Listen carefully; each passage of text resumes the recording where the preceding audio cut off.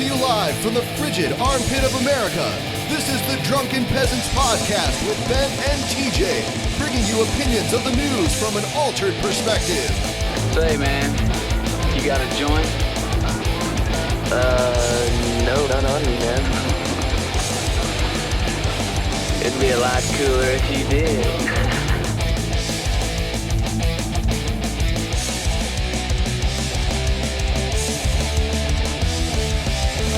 And now, here are your hosts, Ben and TJ. And Scotty. Welcome to the Drunken Peasants podcast. I'm Ben. I'm here with TJ and Scotty, the sober noble. Welcome to the Drunken Peasants podcast. G-Man is awesome. People are talking about G-Man. G-Man! The masters of the universe. I don't want to talk about G-Man again for a while. TJ and G-Man had sex. I'm breaking that news here on, Drunken Peasants. Is that true, TJ? Yeah. He's like, G-Man. It was a personal experience, and no one can prove that it didn't happen. I almost spit out my drink when you said that.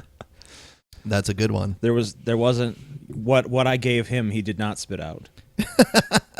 Just putting that out there. Yeah. So you gave him like a soda or something? What's on the agenda? Oh, okay. So we're moving on. Moving on now. I wanted to hear more about this, but yeah, I guess we'll move on. Move on. But one thing I do want to say about the whole Brett Keane video, I think it was pretty interesting how Brett Keane kind of called us all of a sudden, and he had all these people with him right away. Yeah, like, we're going to ambush you guys. Yeah, but then during the whole conversation, he mostly sat back and played the good guy card. I'm the Butt King, and I'm respectful of your opinions, and I'm just trying to ask honest questions. You wonder how I make a living, TJ? These vanity press books that I didn't even really write. I hired some monkeys to hit a typewriter. That would explain their quality, sure.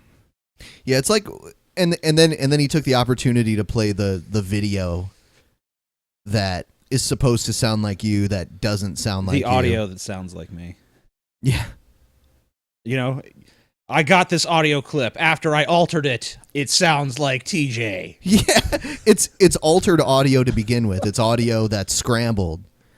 And is he some sort of professional audio forensicist, That's forensic expert? One of Brett Keane's many, many talents. I had no idea. Brett Keane is totally insane. Like, hasn't he gone from like atheist to theist to atheist to theist, and just like kind of like a roller coaster? Like, he goes one way, and then he goes down, then he goes back up. Then he goes down. If that would imply that he goes up at some point. It's just been a downward spiral. It's kind of hard to get it rejected by the atheist community, like, just completely and totally, just like, we want nothing to do with you. Like, you have to go hang around a bunch of like bottom of the barrel Christians, like, not even like regular Christians, like bottom of the barrel, like totally nuts. And even then, it's like, that's like he could be like the leader of their troop, basically. Yeah, that's it. He kind of sat back and like unleashed his cronies on us, and G-Man, at least he was capable of having some sort of conversation there, but the other guy, he was just kind of like, you never answered my question. Yeah. You never answered my question.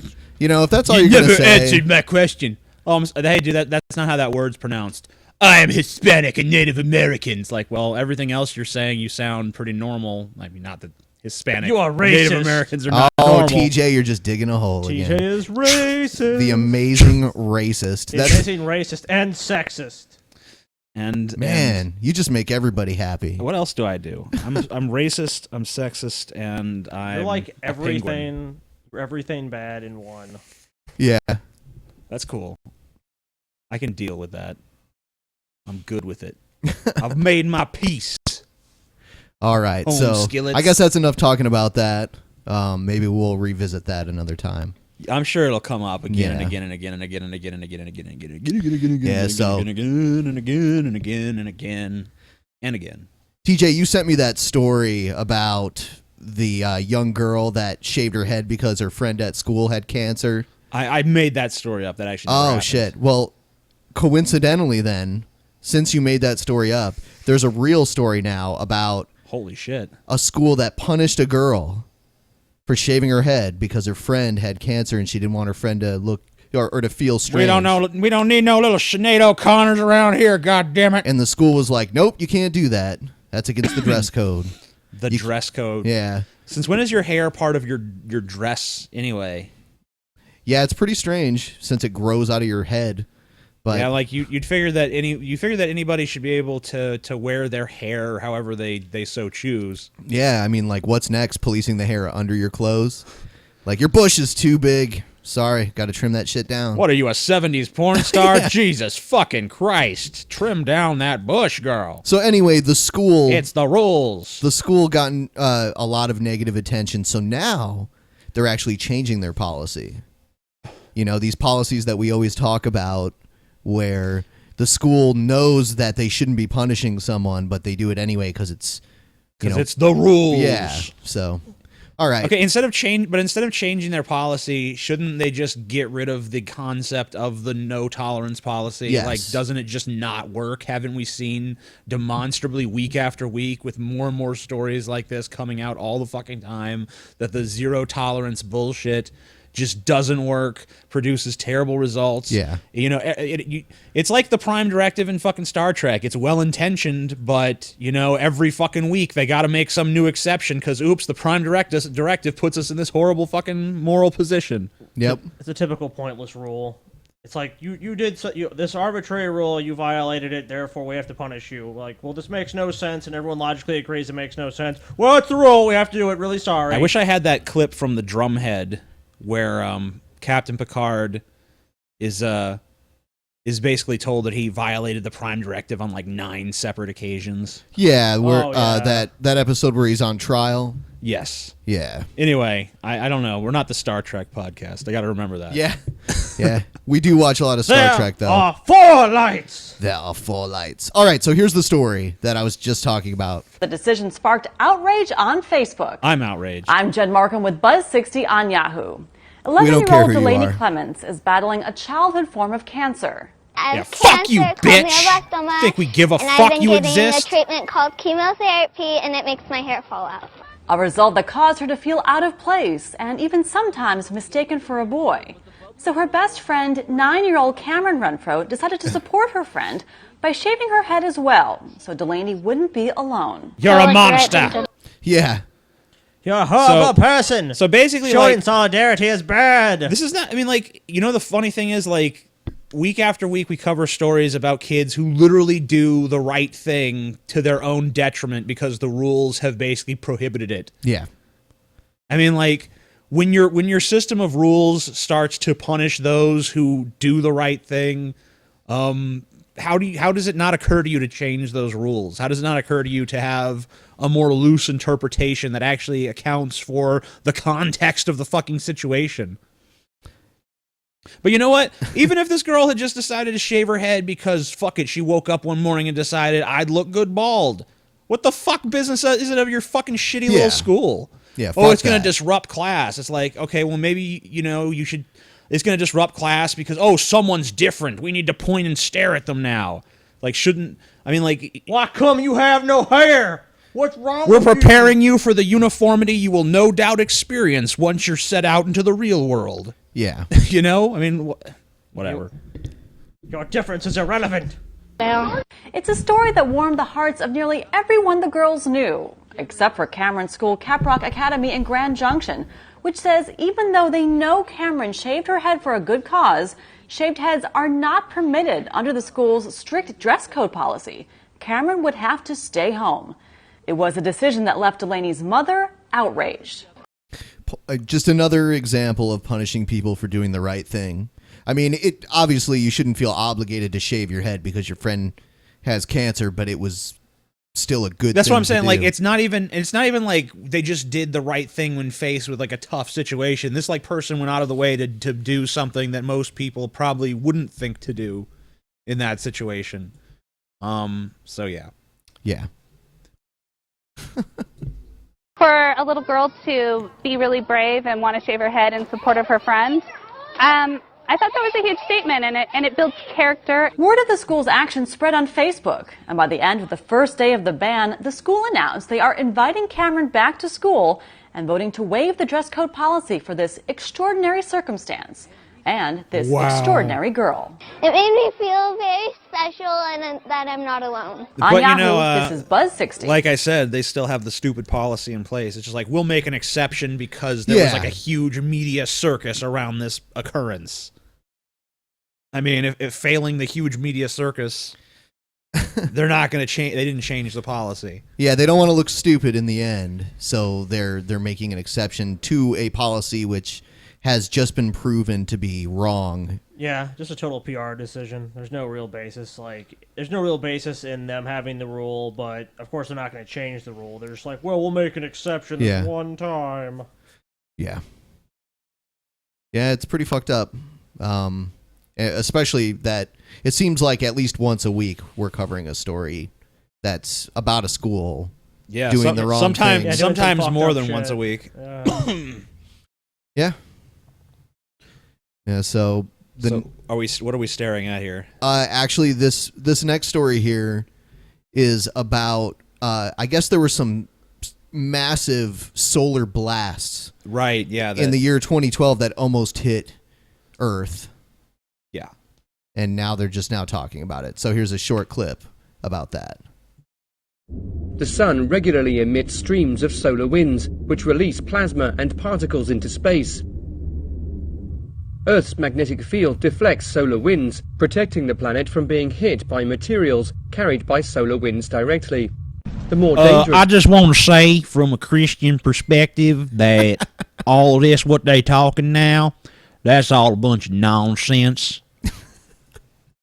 Form of solar activity is called coronal mass ejection, which is a sudden burst of solar winds, plasma and magnetic fields.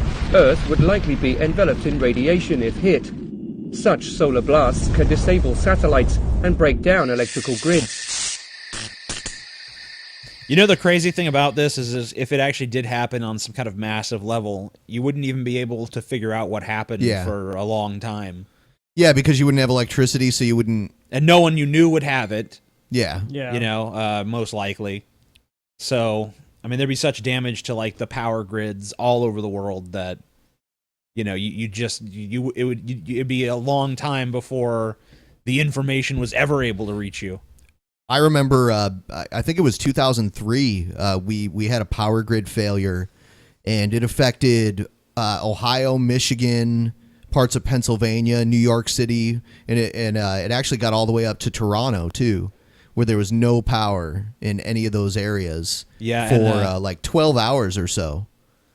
And Al Qaeda took credit too. Did they really? Yeah, Al Qaeda issued a statement saying we did it, and then it was kind of just laughed off. Like, I don't think there was. You didn't fucking do it. Get out of here. Yeah, I don't think there was any evidence come on, for that. Do you really expect us to believe this bullshit? I just remember in the town that I lived in, every intersection was a four-way stop. Mm-hmm. So it took forever to get anywhere. Yeah, and it was dangerous because no one waits their turn in a four-way stop. No. All right. So back to this shit. Solar radiation. Woohoo! Yay! It's the end of the world as we know it. Yep. Oh, no, you know what? Actually, that was the end of that. That was all. That's all. So, solar flare. We were almost fucked. Little blip. Yeah, and the 2012 people that were preaching Armageddon back then are like, see, we were almost right. We just... I like that. Our calculations were just a little off. Yeah. Just a little bit. I'm so tired of hearing that shit in the planet Naribu or whatever the fuck it was. Naribu. Yeah. Which, by the way, we will have... we're going to talk a little bit about a Gorilla199 video. Nibaru. I don't know. Next, we're going to move on, though, to Susanne Atanus, or Atnis. Susan, you Satan. Yeah. Yeah. She is secretly the Antichrist, but she does believe that the Antichrist can be saved, so... Does anyone want to give a quick recap of who Susanne Atanus is? Yeah, she is a congressional candidate in Illinois. She's a Republican. She just recently won her primary, which is surprising to everyone. We talked about her previously. We played a little clip when she was a guest on the morning FM radio show Rover's Morning Glory. She got in some hot water because she basically said that autism and extreme weather events like the polar vortex were caused by gay marriage, and it was God punishing America. Well, she was right though.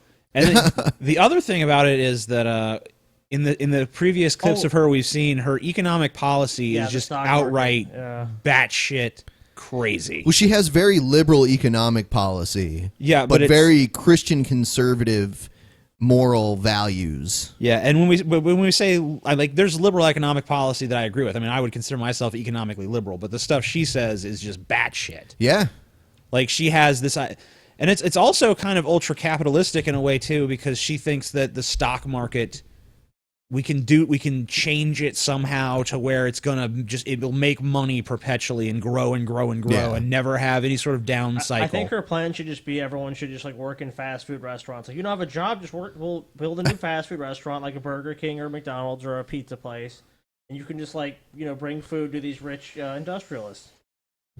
Yeah, even if they don't want it or don't need it. I think Scotty's levels might be a bit low. I have Scotty turned up all the way. His mouth is so far away from the microphone that it's not going to pick him up. Okay, I have to move closer. Yeah, see, that's way better.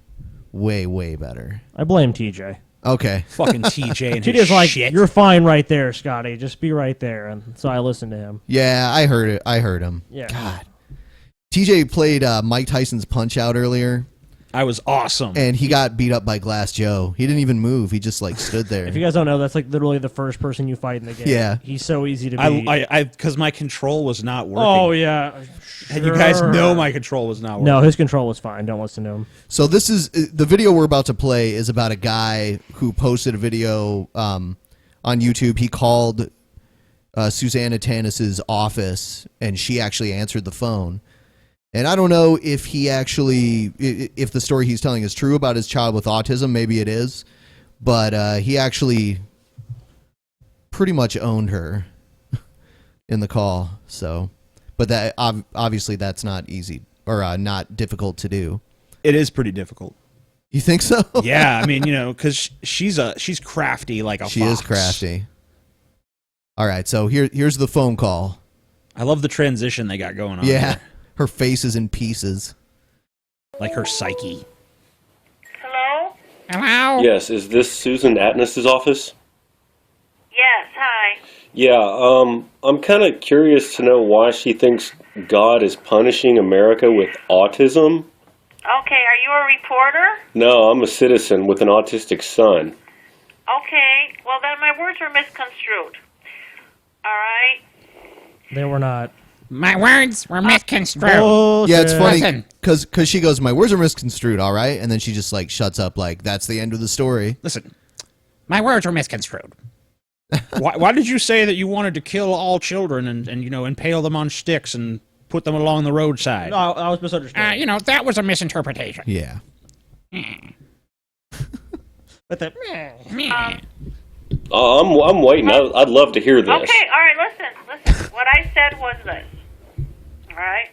Alright. In the Daily Herald, I said, we never heard of autism and dementia before. Okay?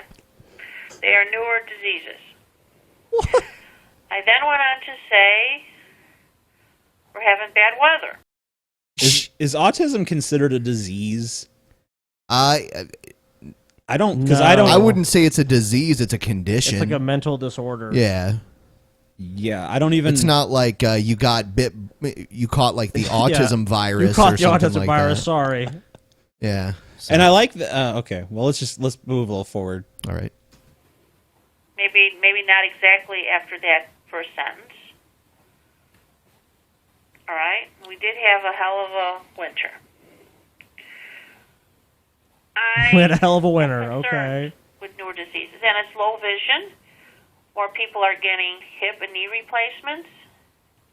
What? So, in case anyone's lost, because she's all over the map here, she's saying that all of these ailments that she's mentioning are the result of just America sinning. It's our punishment for our sins. God sees what we're up to. He's like, okay, more ailments. Keep sending ailments and bad weather. Maybe this fucking autism will teach these fucks. Yeah. Stop butt fucking. Come on.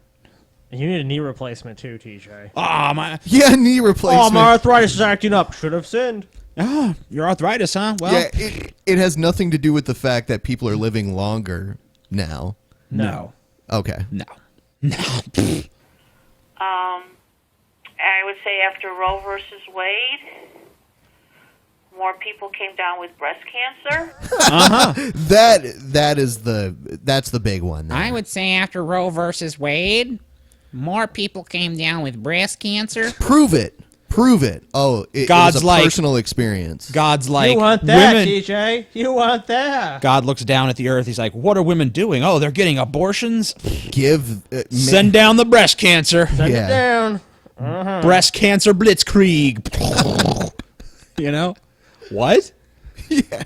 Okay, my question is, if she really believes that God is this way, then how could she possibly say that God is like a good entity with like positive intentions towards humanity?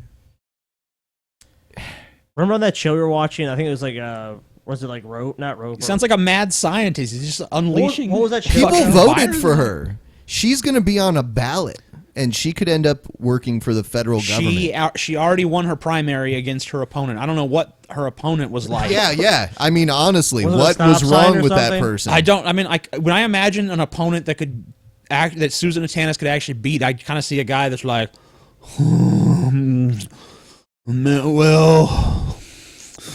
opponent must have been like a serial killer or something. So I murdered a few people. It's not a big deal. Is it true that they found the corpses of several people buried beneath your house? Well, it's misconstrued. My words were misconstrued. They were killed by the polar vortex. What can I say? Yeah. Damn gays and their autism. I would say after Roe versus Wade, we heard more about Alzheimer's and autism and dementia. So it might not have anything to do with the increased population. So wait a minute. Cancerous products and the environment. So God is up there in heaven, and he's like, Roe versus Wade passed. America's lost its way. I will now curse them all with autism and Alzheimer's and shit. Yes. I don't understand. I just don't. Well, you see, they were vaccinated, and then they got autism, and then later in life, if they survive, they're going to get Alzheimer's because of the vaccines. Oh, okay. Now you understand. So God is just like flinging vaccines down like darts. Yes. He's like Zeus. Jenny McCarthy's like, Stop it, God! Stop it! Oh my God, stop! Yeah. Jim Carrey's like, that's right. You think Jim Carrey's like, yeah, that's right. She's a hot piece of ass. Got to agree with her. I have to make a note for the viewers in the chat. Ben is not coming on camera. Stop requesting it. this is a direct correlation between God's attitude towards America but everybody's and got a the price. disease rates going up? I mean, because I really want to know why you think God struck my child with autism. All right, well, let me share this with you. I don't know why he strikes anybody with breast cancer or Alzheimer's or low vision. Yeah, That's a good statement. You don't know why. So no, she why? said it was sin. A minute ago, she said it was sin. I don't know why God does the things he does. He's crazy. He drinks. He's kind of a dick, but he's God, so we have to love him. Yeah, so we have to. I mean, like, at least blame Satan. Yeah, that's... isn't he supposed to be the evil one? Susan, you Satan. I think she is the Antichrist. Yeah. She's trying to make people hate God. Yeah. She's trying to make them hate God by crediting him with every fucking problem in the world. Parkinson's or dementia or Crohn's disease. I don't know why, but I'll tell you this. I lost my keys. The Bible says God's punishing you. we pray and humble ourselves, God will heal our land. And that's the only reason why I kind of brought it up, because I see things that disturb me, including HIV and AIDS, which, of course, came from that activity. Hold on. Bad activity. You are naughty. is It came from bad activity. the AIDS came from bad activity. Should really be called gays. What does she mean? Because it's from the fucking faggots. That's what it is. Yeah. It's them damn queers. Queers. That damn queers. They like to think get she's going together, with the have their theory- little butt sex The shindigs. colloquial theory, basically, that someone had sex with a monkey. God gets angry. Like, they had sex with the monkey, and then they had the AIDS. I've heard people say that before. I mean, People come on. believe that shit. Who ain't wanted to fuck a baboon in the You butthole? see one, and you just can't resist. I'm sorry. I mean, like the baboon got that big blue ass. How you supposed to resist sticking your dick up in there? That's all I'm saying. Jeez. primarily. Okay. All right. I mean, So, you realize all I can you tell realize you- that all I can spreads tell- from go ahead. unsafe sexual practices, right? I think in her mind, I mean, she believes that gay sex causes like natural disasters. So in her mind, all sex is Yeah. probably bad sex, unless it's like Missionary sex for the express purpose of procreation. Bad activity. They had bad activity. I don't think I really do not think Susanne Atanus has ever had sex.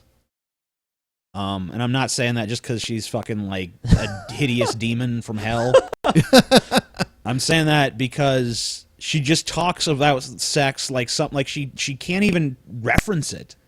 Yeah. Like she just has to. Bad stuff that naughty people do. Dude, remember they asked her on the show? She was on that radio show, and they're all like, "Hey, have you ever had sex? Are you a lesbian?" They kept just going on and on, all this stuff, and she's like, "Oh, I'm not going to answer those questions." Yeah. And it's like, I think she's either a lesbian or a virgin. That'd be my guess. Wow. Like a virgin, blaming gays for the very first time. that HIV affects both the heterosexual and the homosexual community through unsafe practices. I mean, you don't have, if you have unprotected sex, you're probably going to get something at some point. It's not specific to one community or probably correct. demographic. All right. Well, all I want to tell you is I want to thank you for calling me, and I'm not cutting this short. We can still talk. I'm just thanking you for calling me, that you're giving me an opportunity to speak my heart. Well, one thing I'll say about her is that even though she's a terrible, bigoted-minded shrew, she's at least very polite. She is very polite. So she seems like on a personal level to be pretty nice, but she's just batshit crazy. And thank you for calling me, like, but your child that's has what autism. religion It's does going to the hell. weakest mind. I would feel bad making fun of her, except for the fact that she might actually be a congressperson. Yeah. Like if she was like a store clerk or something like that, and someone was like, "That stupid bitch," I'd be like, that's really fucking, like calm down. But I mean, this person is running for Congress, and actually has won her primary and may actually become a congressperson. This would, if she is, that is someone who your tax dollars would literally be paying the paycheck of, like directly. Yeah, you would. All right. You'd be picking up the tab for Sally Crazy. I think there should be a three-way, and this is going Susanne, from you Vince in the chat Satan. room. There should be a three-way between Galen, Susanne Atanus, and we have to think of one more person. What do you mean by three-way? Like sexual. Oh, okay. And Brett Keane. How about that, Brett Keane? Scotty, put your mouth closer to the microphone. Well, it's kind of difficult. That's good, right there. Okay. There should be a three-way Okay. between Susanne Atanus, Galen, and Brett Keane. Yes. Do we all agree on this? What position would they be in? Yeah, like she's map gonna be in this the out. middle. Map this out for me. She's going to be in the middle, and then they're just going to be doing their thing. Okay, because here's what I see. I see. You see Galen as the bottom? I see Galen. No, I see Galen kind of standing over them, wearing some kind of leather bondage mask, and he's got his big cock out, and Brett Keane is sucking it, and Susanne Atanus is fucking Brett Keane in the ass with a strap on from behind. That's what I see in my head. Okay. Wow, you have a gift, my friend. You need to direct. You know what? I'm making it my mission in life to spread the word about your bigotry and ignorance. It is it's completely unacceptable that a person with your logic is running for She Congress. was finished. Yeah. She basically said like, and that's that. At the- I mean, she might as well have said that's all, folks. And now she's like, Ah, you you didn't let that's me all, finish. folks. You didn't let me finish. At the beginning of the, like 4 or 5 minutes ago in the call, she was like, my words are misconstrued, okay? And that was her initial response. Oh, my God. The funny thing is she answered the thing herself. Between her and Joe the fucking plumber, I think I could run for Congress and get elected. No, because I mean, No, you'd have too to be sensible. you'd have to be a conservative though. wow. No, because you can only be that retarded as a conservative. Not to say there's not stupid Democrats or stupid liberals or whatever in Congress or in the Senate, but you can't get that stupid as a fucking liberal. You just can't. I mean, I'm sorry. Done that to you. I don't need to hear this. The fact that Are you're you a running Christian? for Are you a elected Christian? official is shocking. Not really. I wish it was shocking. Yeah, not really. Maybe Sorry, in some dude. other country. Yeah. Like if she was polling well in like England, maybe, be like, well, what the fuck is happening to jolly old England? But this is America, land, home of the free and land of the stupid. Yeah, honestly, the first time we talked about her, I didn't think we were ever going to talk about her again. But then she called that radio show back, and they got another. And now we have the entertainer's crux, though, because on some level we gotta hope she wins. Yeah, it's like, man, we could just. This is like a gold mine. Yeah, kind of like Norm Macdonald with Bob Dole. This will we just talked about yield before. endless returns for us. Yeah. We could almost open like the Susanne Atanus Dude, you know, show. so many people were sad when Bush left office for that exact reason. Yeah, the fact that she actually answers her own phone is so tempting to call her and get a piece of gold like that video I wonder for ourselves. I wonder if she's learned her lesson yet or not. You know what? I don't know if she's the kind of person that learns lessons. That's Honestly, true. That's true. Good point. Yeah, valid point, Ben. Like, you know, she's been called like a million times by people now with the shit. She even asked like straight away, "Are you a reporter?" But she's obviously craving this kind of attention. Let me ask, are you a reporter? What does she do if the reporter just hangs up? Holy shit, guys! God is in the chat room. We want G-Man. And he wants G-Man. He wants G-Man in his ass. Yeah. I am God. God. Hey, God. Hey. Someone should make a devil one. How's it going? The devil. Yeah. I am the devil. Yeah, TJ, in your most recent video where you do the Adam and Eve thing, when you did the snake, you sounded just like Cobra Commander from the 80s G.I. Joe. I don't even... G.I. Joe. Did I? Yeah. I'll play it for you, and you'll hear... And it was funny when you were like, something about the titty fruit or whatever. Titty fruit. Yeah. Sparkly tree titties. Sparkly tree titties. Okay, You had one rule. I'm watching the cartoon, and then there's like a part where she's looking at the fruit, and it's literally sparkling like a gem. And I'm like, okay. And they look like tits already because they have little nipples on the bottom. Yeah. Not to say that fruit don't have those, but I mean, these really look like tits. Yeah. So I was like, someone drew it that way on Eat the sparkly tree titties. Yeah, you do sound like Cobra Commander. That's pretty funny. Yeah. Do you remember how Cobra Commander Yeah, sounded? Yeah. I think he was a little more crackly. Okay, maybe a little bit, but you're pretty close. You're like, But I mean, it is a very snake-like voice. So yeah, and he is Cobra Commander. Yeah. So yeah. Is it really so surprising? Next thing we've got here is something about AIDS. Yes. No, it's your favorite. It's SE Cup. We took a few weeks off from her, but then SE we brought her Cup. back. Yeah, I wonder what do we do for God to punish us with her? Is the real question. Yes, that's what Susanne Atanus should run on. That should be her platform. And then there's little fanboys of hers in the chat room like, oh, I don't care what her views are. All I know is I wish she'd be the boss of me. I read about God. I read about 100 comments a day that are like that. You know, she's fucking stupid, but man, them titties yeah, be banging, ass, man. What can you say, man? You see them titties, it don't matter what she's stupid. So this is her talking about how conservatives need to win over the millennial generation in order to actually start taking the government back. If she shows her tits, then I think a lot of people will vote Republican in exchange. I vote Republican. You get naked. Yeah, we can take a poll in the chat room on that. Yeah. Would you vote if you're an American citizen and you can vote here? Then would you vote Republican just for S.E. Cupp? If S.E. Cupp said that she was going to reveal her titties to you, would you do it? Would you vote Republican in exchange for those tits? Would this be like in person, or would she just like take a picture and like release it to everyone? Here's how it goes. She goes on a national tour, and basically there's rooms about this size, just like a normal size room, and it fills up with people, and they can walk, and then she comes out, and she's totally topless, and everyone just kind of stares at her for a minute, and then they shovel them out, and they bring in the next group, you know. And there's a line outside. It's like an amusement park ride. You're so good at planning this shit, TJ. You missed TJ, your calling. Yeah, TJ. And TJ would definitely be in the line for sure.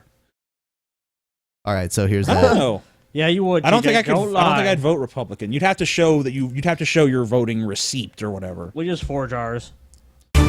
Just have like a little pink slip with GOP written on it. Hillary. Poor Marsha, Joe Marsha, Biden. Marsha. Yeah, what Where the is fuck? Joe Biden in this conversation? He gets no love. It's never too early to talk about Hillary, right? What I'm going to be watching for, among other things, in the next 2 years. Did she just roll her eyes? Yeah, she did. Oh my god, I what think is she? it's so Hillary ironic. is so dumb. God, I hate her. You know who I like? Is I like John specifically Boehner. the way millennials respond his name. to Hillary. There's good news and bad news for the Clintons in millennial numbers. First of all, you have to keep in mind millennials are the largest generation in history. They are a huge voting demographic. So Hillary and any other candidate running in 2016 needs them. The good news for Hillary and Except Bill, they almost never vote. Yeah. Yeah. I mean, so true. It's like we need that block. It's like you need the block that is like as far as like age demographics correlate to voting is like the worst possible. It's boomers and the generation even before them. Because only that are like the voting. It's all the old people. They're like, I need to vote. Country going to fucking hell in a goddamn handbasket. Yeah, I don't know about that nigger in office. Oh, I'm scared. I'm real scared. I need to go in my bunker or something. Hey, Scotty, be careful. G-Man might be watching. Shit. G-Man. G-Man. is G-Man's gonna that kill me. millennials don't carry Hillary and Bill baggage with them. They don't care about the scandals from the 90s. They have newer, better, cooler scandals. They don't care. They yeah, don't that's give a pretty crap. true. Actually, that is a good point. I don't know why the Republicans are trying to roll that out again. I love the picture right here. Yeah. Anyway, go on. I'm sorry. Sorry for interrupting. Someone is going to take that shot and manipulate it to have. Well, I don't even think I need to explain where I'm going. But anyway, yeah. I mean, it is pretty stupid to try to make people give a shit again about the Bill Clinton getting his dick sucked and lying about it scandal. Yeah. I mean, because first of all, people barely cared then, and they seriously don't fucking give a shit now. Yeah, it's such fucking ancient history as far as politics. Yeah, I mean, and the main consensus at that point was who cares, honestly. Yeah, I mean, the consensus then was who cares. Yeah. The consensus now is like, I don't even fucking, I barely remember that shit, and even if I did remember it, I wouldn't give a shit. Exactly. Yeah, only the government really cared, and that's why they tried to impeach him. Or they did impeach him, actually. He was not removed from office, is actually what happened. Mm-hmm. The bad news is millennials aren't emotionally invested in the Clintons the way older generations are.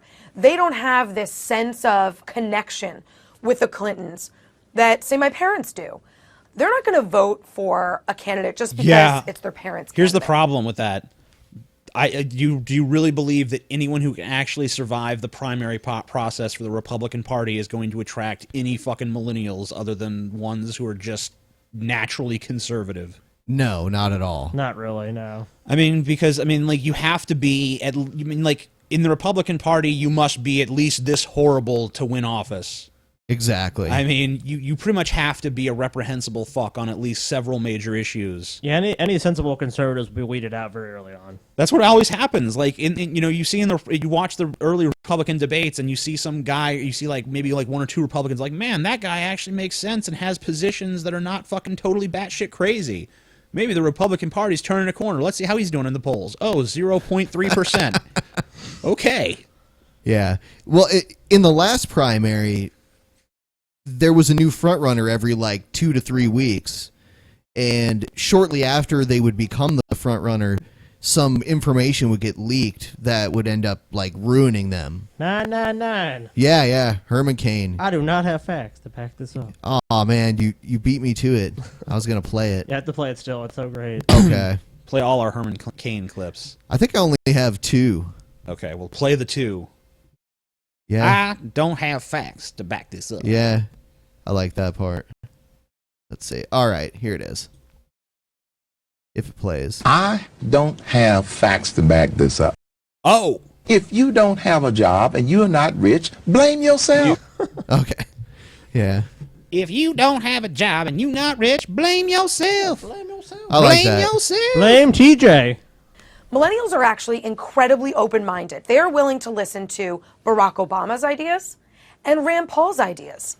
So Hillary is going to need to bring fresh ideas that speak directly to millennials for them to be impressed. And let me just point out and leave you with this. In 2008, she did not win the youth vote. Barack Obama did.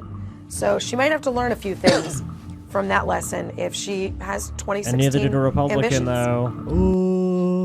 She should go out there like with like like look how smug she is too. Like, oh, see, go out there with Obama won it. Hillary needs to go out there with like punk rocker tattoos and shit, like sleeves and a fucking spiky haircut. Like, yeah, I'm down with the youth.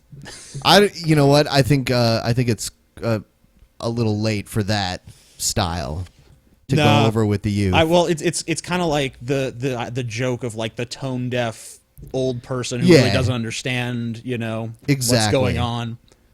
I mean, what I'm saying is it would be completely artificial for Hillary Clinton to try to make some, big appeal to the youth. I mean, what's going to win the millennials will be the fact that whoever she's going against, which may be Rand Paul, is anti-abortion, pretty much anti-gay, pretty much anti-social safety net. I mean, I think most millennials are pretty liberally minded when it comes to economic issues and stuff. So, but they don't really vote, though. So. Yeah, they don't really vote. But I mean, even if she was trying to make that appeal, I think that the disgust with her opponent would probably motivate whatever millennials to vote, in her camp. I mean, obviously, there's ideological diversity in every demographic, but we'll just have to see in 2016. That's really the whole thing with that. Because I mean, she hasn't even officially announced that she's fucking running, for fuck's sake, and we're already talking about it like it's this impending thing. Well, she probably will run. I mean, you don't think Probably. so? I mean, like, 'cause she seems well suited to win. Yeah. Yeah, more than likely, I think she'll give it one more shot. She was so close last time. I mean, honestly, no one expected Obama to take it from her, but he did. Just like a black man to steal something from the white man. That's all I'm saying, guys. Come on. Who's with me? No racist, man. I'm not with him. I'm not with him. Ben's with me. In private, he is. No, I'm not. In private. I'm always saying racist shit, and Ben's like, yeah, man, white power, white power. I'm like, that's a little too far, Ben. Yeah, Ben, calm down. Put down the burning cross. Let's not go all the way to Nazis, man. Come on. Wow. Change can take us by surprise. That's really crazy. And in Robbinsdale, a shakeup in the police department caught many off guard. So people are a little shocked. In fact, they're quite shocked, I think. Oh, we're a little shocked here, Little shocked. We're shocked, eh? What are they shocked about? News of Police Chief Stephen Smith's resignation came over the weekend. So did word of why. Arrested in a prostitution sting in Coon Rapids. I think he ought to be ashamed of himself, number one. Number two, this is a city where things like that generally don't happen. According to police records, Smith answered an ad Most placed people on here don't have sex. This is a city where no one uses prostitutes. Okay, Come on. Prostitution should be legal, so this is such a stupid story to begin with. Yeah. But I mean, he's a cop, so Yeah, and do you think maybe he's ever been involved with someone getting arrested for prostitution? Well, he's in a small town, so he probably has, but I wouldn't say that much. True. Yeah, the people in this town are very folksy, I've noticed. Yeah, you can totally tell that this is a small town. Backpage.com by an undercover Coon Rapids officer.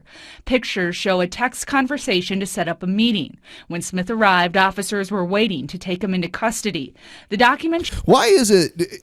Do they do it on purpose? Because mugshots seem to be the worst possible pictures of anyone who happens to be in it. people tend to be in a pretty sour mood. Of course. You know. That's probably what it is. It's like it's a very like sterile environment. You're just like, fuck this, just take me to jail. Like, I mean, no, I'm in jail now. Just fucking book me and let me get out of here. Didn't Bieber smile in his mugshot? Yes. Oh my god. He was wasted though. So yeah, I don't care how wasted I am. I'm not going to be happy that I'm going to jail.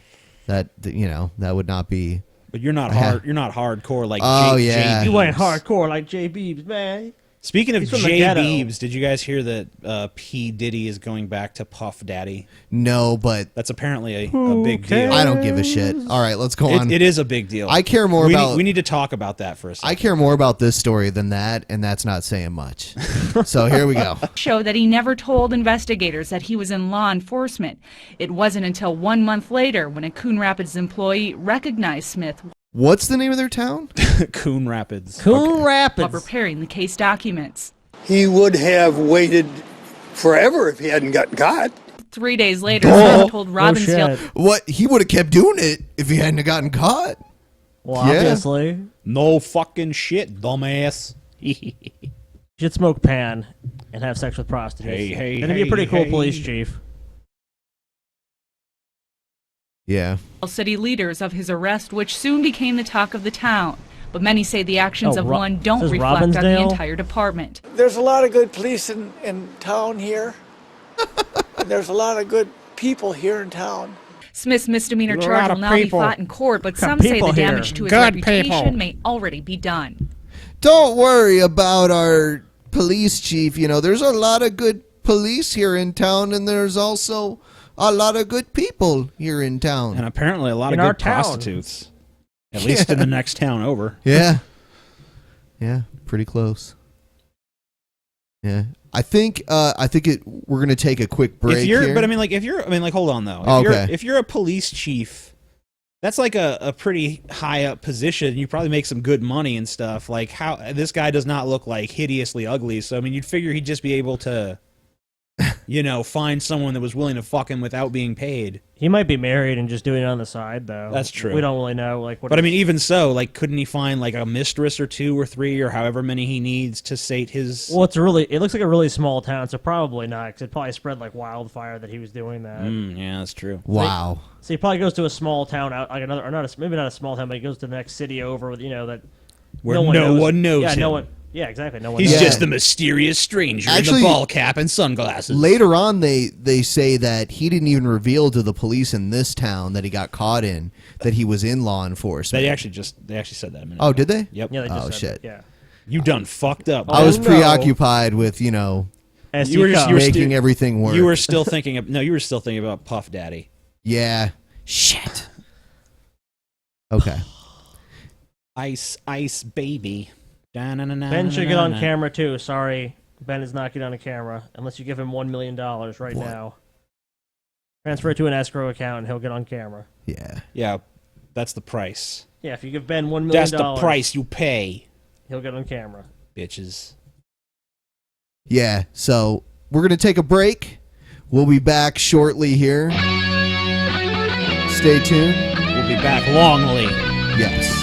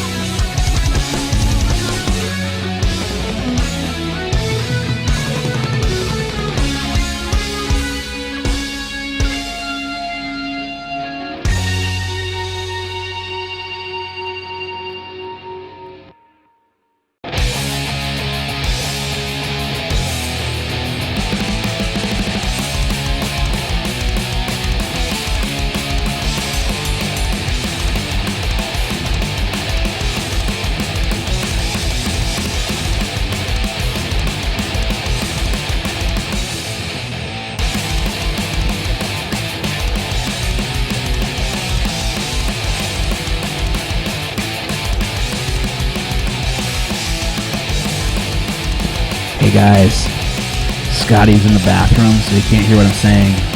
When you guys come back, everyone should call him Scoopy. Be like, what's up, Scoopy? It'll be funny as fuck.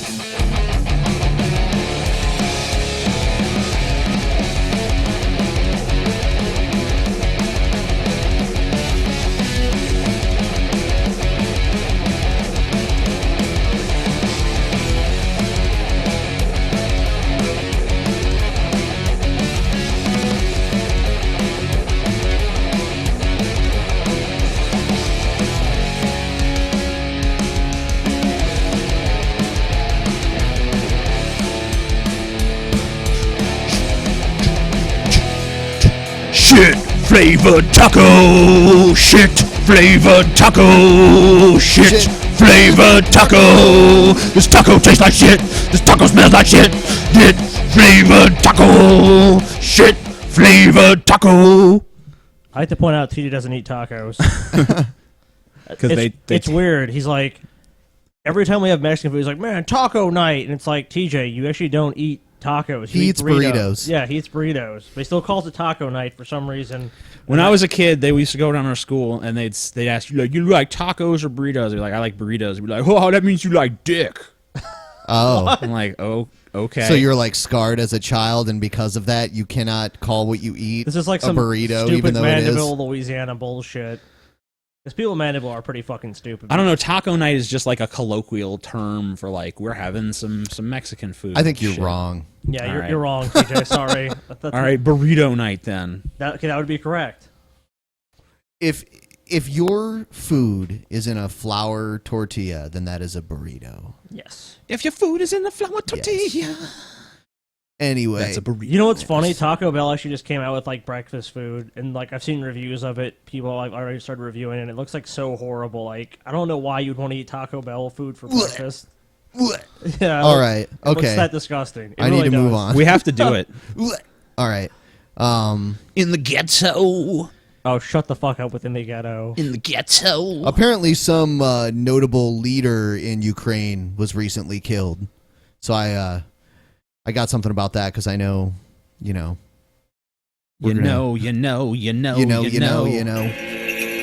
Hey, he's dead. Final farewell from mother to son. Parting shots from brothers in arms. The killing of ultra-nationalist leader Alexander Muzychko is enough to make paramilitary hard men cry. He was like a brother to me and my comrades. But that bastard Putin murdered him. wow, That bastard. that's quite a statement. I don't know who he is, so it's kind of hard to. Apparently, someone in Ukraine that was in part of the opposition. And now he's dead. Yes. I'm so surprised. So yeah, Someone crossed But- Putin and died. I'm sure Russia had nothing to do with it. I'm sure we'll get comments from pro-Putin Russians that will try to justify something like this happening too. So Sometime Putin must kill. He's part of life. Yeah. He gets in the way, he dies. What do you want? Muzychko was a regional commander of the Right Sector, an alliance of political and militia forces that played a key role in protests that toppled Ukraine's president. Svetlana Bilyus says she met Muzychko on the barricades in downtown Kiev this winter. He's an inspiration for millions of Ukrainian people, especially for millions of young Ukrainian people, because he is a local Robin Hood. yeah, local Robin Hood. In this version, the sheriff of Nottingham wins. Well, Yeah. Prince Prince John. Putin is playing the sheriff of Nottingham. Yeah, I he am wrestled a sheriff. bear. It is no problem. I There's kill no you. problem. You are now dead. Have a good day. I snap your neck like twig. It's no big deal. He to was in me. the KGB, so it's not that surprising. KGB. The Ukrainian Interior Ministry says its special agents, seen here on CCTV, gunned down Muzychko Monday night. They accused him of being a gangster. But his loyalists say God damn, it corrupt feels good government to be a officials ordered gangster. his murder, Not in acting his case. perhaps on orders from Moscow. God damn, I feel dead to be a gangster. These are the kind of scenes likely to worry President Putin, the side of well-organized nationalist paramilitary militias. Putin accuses them of threatening ethnic Russians living here, and that's an excuse he's using to meddle in Ukraine's affairs. Valentina Melyuk is herself ethnic Russian. My life, and nobody has ever threatened or abused me. Tell Putin I don't need protecting. All Putin right. is lying? What? So that's a someone who lives in Ukraine that is Russian that is against the. Is it an occupation? Would you call it an occupation? I would say so, yeah. All right. I was going to use incursion, but occupation works. Okay. Especially since they're making it clear that they're there to stay. Oh yeah, they have no intention. Well, yeah. I mean, they even kicked Russia out of the G8. I mean, they've really taken a lot of steps to try to put pressure on. I believe it's pronounced gate. Out of the gate. Yes, out of the gate. Whatever. Pentagon sources are warning 30,000 Russian troops are now massing Some awesome on hair that Ukraine's guy eastern has. border and could roll in any time. If that happens, Right Sector's top leader Dmitry Yarosh says his fighters will start a war. Dmitry. The Right Sector will do its best to launch an insurgency. The land will literally burn under the feet of the invaders. We will not be lambs to the slaughter. Wow. So he's next. Shit's getting hardcore. That guy's next. Our next week we'll be covering that dude. Yeah, exactly. His death is next. He was exposed to like plutonium. That doesn't seem very plausible. He was. It happened. Right Sector's political support is growing, and Yarosh says he'll run for president in May elections. Oh, okay, yeah, he's definitely dead. He dead. Yeah. But Russia and some Western governments warn the party may harbour right-wing extremists. Charges. That guy looks like he belongs in like Depeche Mode or something like that. It's called right. It's called Right Sector. So I mean, I wouldn't be surprised if there were right-wing extremists in the group. Yeah. But well, it's their right wing. It's the Ukrainian nationalists. Yes. So, I mean, but like in a situation like this, extremists might not necessarily be a bad thing because you're in an extreme situation. That is true. Like, in the zombie apocalypse, you probably want to gravitate towards some crazy motherfuckers with lots of guns. Yeah, be like, I'm teaming up with you guys. It's like, man, who do I know is a libertarian? Oh, yeah. Yeah, find your libertarian friends if the zombie apocalypse ever happens. Like, hey, man, I've always agreed with you on that gun stuff. No, you didn't. Yeah, I always did. It was just like... Always. Liberal media poisoned my mind for a second there, bro. Thanks for helping me get out of that. You and Alex Jones. Right Sector is a nationalist alliance, but we have nothing to do with German Nazis or Italian fascists. We've always been opposed to xenophobia and anti-Semitism. Yeah, this is one of the groups that Putin said that he had to protect Russian people living in Ukraine from. These, he called them Nazi organizations. But that guy just pretty much said that that's bullshit. Well, you know, especially in Russia, I'm sure that's a big deal because of World War II. Yeah. I mean, the Nazis killed millions upon millions of Russians. I would not be surprised if extremists with those positions were attracted to any military organization, though. Oh, for sure. So I'm sure that, you know, he probably doesn't speak for all members of his group, but it seems to me like the overarching position of the group is not one that would be directly comparable to Nazism. No, it doesn't seem like they're going in that direction here. As nationalist militiamen tossed damp earth onto Mozichko's coffin, his death was already raising a worrying spectre. That political partners in the new Ukraine may still have old scores to settle. Well, that one guy got his face busted. You see him right there? Oh, yeah. I wonder what happened. I'm sure that had nothing to do with violence. Divisions Probably Moscow bumped his head on a doorway or something. He fell down the stairs. Yeah, you know. May be ready to Clumsy exploit. Ukrainians. Carl Penhall, CNN, Rivne, Ukraine. All right, so that's the perfect segue. TJ, you're a middle-aged man. TJ talked about this video, and I remembered the shit that TJ had told me that Gorilla199 says in these. This is an older video. Yeah, I want you guys to just listen to the opening line.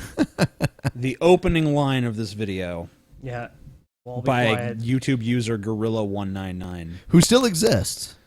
Yes. And TJ had kind of a dispute. You back when you made ponage videos. You made a ponage video on Gorilla199, correct? It was so hard to do because he's so smart.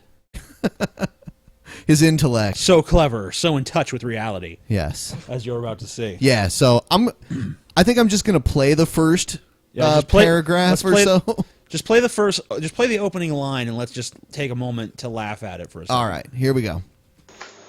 Was Jesus Christ crucified on top of a pyramid underneath the flying saucer? Yes.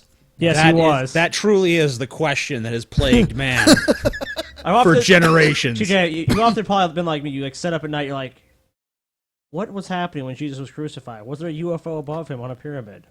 Are olives sentient beings who roam around the kitchen while you're asleep? Like, oh, Do they steal your bread and other things? But wait, Your house. Hear the guy out. Come on, hear the guy out. all right, let's hear him out. Give Now him a that fair may shake. sound completely out of skew with the way that you've been brought up to think that crucifixion happened, but there seems to be evidence to suggest that this may actually be the case. For instance, old paintings such as this one here to my right, here behind me, there's it shows Jesus Christ with two flying objects, one on each side of him. Also, this painting too, that shows the same thing. Yes, what? That's not evidence. Have you ever heard of Holy filling shit. empty space? You know, like someone was painting this painting and was like, oh, that space looks empty. I better put something there. Who the hell knows what the artist was trying to depict You're right. there? No, they were definitely UFOs. Can you definitively look at that and say, like... Yes, they're UFOs. I mean, well, it is a UFO in the sense that it's an unidentified It's a flying UFO. object, but he's basically saying they're spaceships. Yeah. What's that stupid show on the History Channel we always make fun of? Ancient Aliens? Yes, Ancient Aliens. Okay, Gorilla199 needs to be on Ancient Aliens. How can that be on the History Channel when it's like faux history? I don't know. High ratings. Whatever. Okay. That's about it. What does the History Channel have to do with history at this point? Yeah, and that's why I don't have cable counting anymore. cars, Pawn They got Stars. Ice Road... Well, at least... That is not history. Fuck Ice Road Truckers. Axemen. History made every day. Okay, I'm going to keep going. I'd rather listen to Gorilla199 at this point. There's also a disc shown here behind Jesus Christ's A head. disc? Oh my Now, God, a seriously, fucking... Guru Palace, Oh, part 7. shit. We showed you how the crown of thorns which was placed on Jesus Christ's head is not just a crown of thorns, it is a disc with horns. It's a horned disc, and a horned disc is a... Oh, all of a sudden it makes perfect sense. You're right. Holy shit. I never fucking really thought of it that way. It's a horn. It's not... You shouldn't think of it as just a crown of thorns, Yeah, folks. based on some old sculptures and paintings, he has proved It's this. a horned is true. Yes. disc. You know Made what? by aliens. That's an important distinction. This picture reminds me of something. Someone sent me a picture at our Facebook, the Drunken Peasants Facebook, where they took John Cena, a picture of John Cena, and put Jesus' face on him. I just wanted to bring that up because I thought that was both frightening and hilarious. And they're similarly overrated people. Yeah, they get really hyped up about their accomplishments by their followers. Jesus does have a pretty rocking beard in that picture, though. Yeah, it's pretty awesome. another name for a flying saucer. It's called a wing disc, a horn disc. It's now known as a UFO as well, and as a flying disc.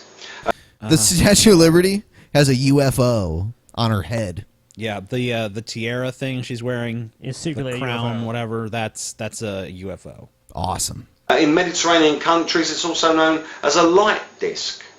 But the horn disc is the name we're going to use here. So what's your point? The horn disc was placed on Jesus Christ's head to mock Jesus, to harm Jesus, but also to depict that this flying saucer was used to defeat Jesus in some way. It defeated Jesus. What?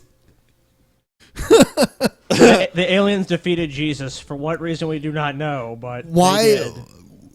What chance would Jesus stand against a flying saucer? Honestly, like I want a big director. I don't care, just any competent major motion picture kind of cinematic blockbuster director to go and discuss these ideas with Gorilla199 and make a movie based on them. we need a feature film. I want to see. We're gonna make a picture, kid. We're gonna make millions. What Gorilla199 actually believes. The movie. Full of aliens and intrigue. Yeah. There's like a scene where Jesus like punches out a fucking reptilian alien. I see it as being like an Ed Wood type movie. That's how I see it ended up. Don't you? Yeah, I could see it going in that direction. Pull us a string. We would also love to have Gorilla199 on as well. I mean, TJ, you're a middle-aged yeah, man. yeah. Yeah. So if you guys want to go to Gorilla199's channel and let him know there's an open invitation for him to appear on the Drunken Peasants podcast, maybe we could have a discussion with him about his ideas. Yeah. You know what? I think we could probably even tolerate him better than Brett Keane. I hope that the real Gorilla199 shows up. It wasn't so much Brett Keane, though, because he played the nice guy card the whole time. That's what I'm saying. Like, I hope Gorilla199 doesn't pull a Brett Keane and show up and act totally different than No, he I don't think he normally does. would. You know, I think he actually would. Like, he shows up as, like, be himself. You think every circle's UFO? That's crazy, guys. You guys are insane. What's wrong with you guys? There's a part of me that actually thinks he believes what he's saying. I think he believes it. Yeah, so He definitely I think he believes. would genuinely approach us as like a genuine person. Genuinely? Yeah. Yep. So. Would it be genuine? Here's some more genuineness. Is the mark of the beast. So the pyramid and the flying disc in all of its forms, including the horned disc, is the mark of the beast. Now, where would This it guy be must get more scared whenever he sees a appropriate frisbee. for, monsters like the Nephilim The beast! and the Tares, who are the Tears. these people are the Oh, wow. Yeah. We went from crazy to batshit crazy. For those of you who are watching us for the first time, a tear, according to Gorilla199, Yes. is a person. Well, not really a person. No, It's no, not a human. It's a reptilian alien that disguises itself as a human. And what percent of the population did he say were Terrors? Well, Tears and Freemasons make up like 20%. The Freemasons are the human conspirators with the Terrors. Yes. And they make up, what, 20% of the population? Yeah, and half the time Gorilla199 says you can't tell a Freemason and a Terror apart, a human and a Terror apart. But then also other times he says you can. TJ is a terror. Pretty sure. I'm a Terror. Look at him. Ben is a Freemason. Shut up. Antichrist, the Satans of this earth. Where would it be more appropriate in their logic to kill Jesus than on top of a pyramid underneath a flying saucer? That's a with good point. It's only logical. It's only logical. Let me Where just- else would they want to kill Jesus? Where are they going to kill him? In the parking lot at Chili's? Come on. You got to crucify him on top of a pyramid under a UFO. It's only logical. It's only logical. Yeah. These like redneck aliens, like, we're going to do it on top of a pyramid. Redneck. What's the redneck pyramid connection? Okay, because it's like, they did it, because a UFO on top of a pyramid, and they were crucifying somebody. It's like redneck aliens. They wanted to I make can it kinda as see that, ridiculous yeah. and extreme as possible. Put him on top of an artificial mountain and, put a UFO over him like, ha, fuck you. Like, we built these pyramids, now we're going to crucify you on a bitch. Mars attacks, bitch. Yeah. And they can just play country music and save the day, though. a horned disc on his head. In the Book of Enoch, it says that there were 6 mountains made of precious materials. Oh my God. With fire blazing above them. Oh, okay. They're And not that probably not these would referring to a melt volcano or anything. like wax before the flame when the Lord returned. So obviously these were objects of hatred from God. This is something that God despises, an abomination. And these appear to be the pyramids. And the pyramid with the flame. They appear to be the pyramids. This appear to be the pyramids. What does Gorilla, whatever his fucking name is, what does he do for a fucking living? I don't know. That's what I was telling TJ earlier. I was like, crazy ass beliefs. I remember that that it came out while he was getting all the attention on YouTube for being how crazy he was. I heard from people that I actually was sent articles about how he'd been arrested for selling DVDs that were not official copies. Oh, so he's basically he was selling pirate. bootleg copies of DVDs. That's pretty funny.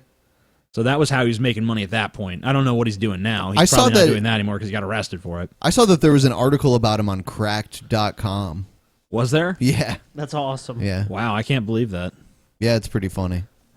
There's this crazy fuck that actually believes this crazy shit.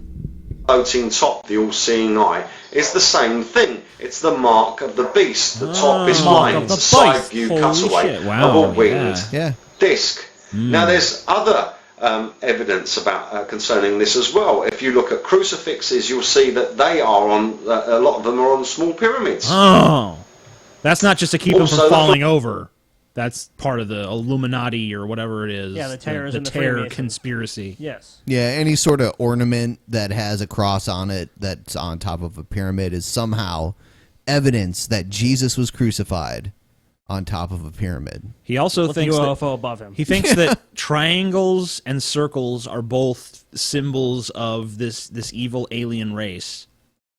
And it's like, okay, well, you realize those are common shapes that occur all throughout nature and stuff, right? Why would because circle more than triangle, but so the law was carried out by the Romans, who were like the governing authority at the time, right? Yeah. So why would the Romans use a pyramid? The Romans didn't build pyramids. This is that is a common misconception, Ben. Oh, okay. It had crosses and pyramids during the Roman Empire. Oh, shit. All over, especially during that time before the Christianity had spread it that far. I mean, is he saying here that Jesus was crucified in Egypt, or did they build like a new pyramid just to crucify Jesus on, and then it just was destroyed because there's no evidence of it? I mean, what happened there? And if he was, I mean, we actually know the history of some of the pyramids. They were built by like kings and stuff, not evil aliens from space. Yeah, because people can read ancient Egyptian writing. Yeah. Thanks to the Rosetta Stone. I don't know why we're logically deconstructing what is obviously total batshit lunacy. I know, but I love it. It's funny. Yeah, I can't stop watching it. Flag of Ohio. Now that the flag of Ohio. That's the flag of Ohio. He's gonna say, you know, there's pyramids in it, and there's also the planet Naribu, or however you say it. We're actually in Ohio right now, so we're all kind of scared by this. Yeah, I'm seeing, and you know, there's an implied pyramid on the top too. There's two pyramids and lots of circles, and the stars, which obviously symbolizes space. That's obviously a planet. And it's a red planet. That's a planet coming to crash into Earth. The red planet of Nibiru.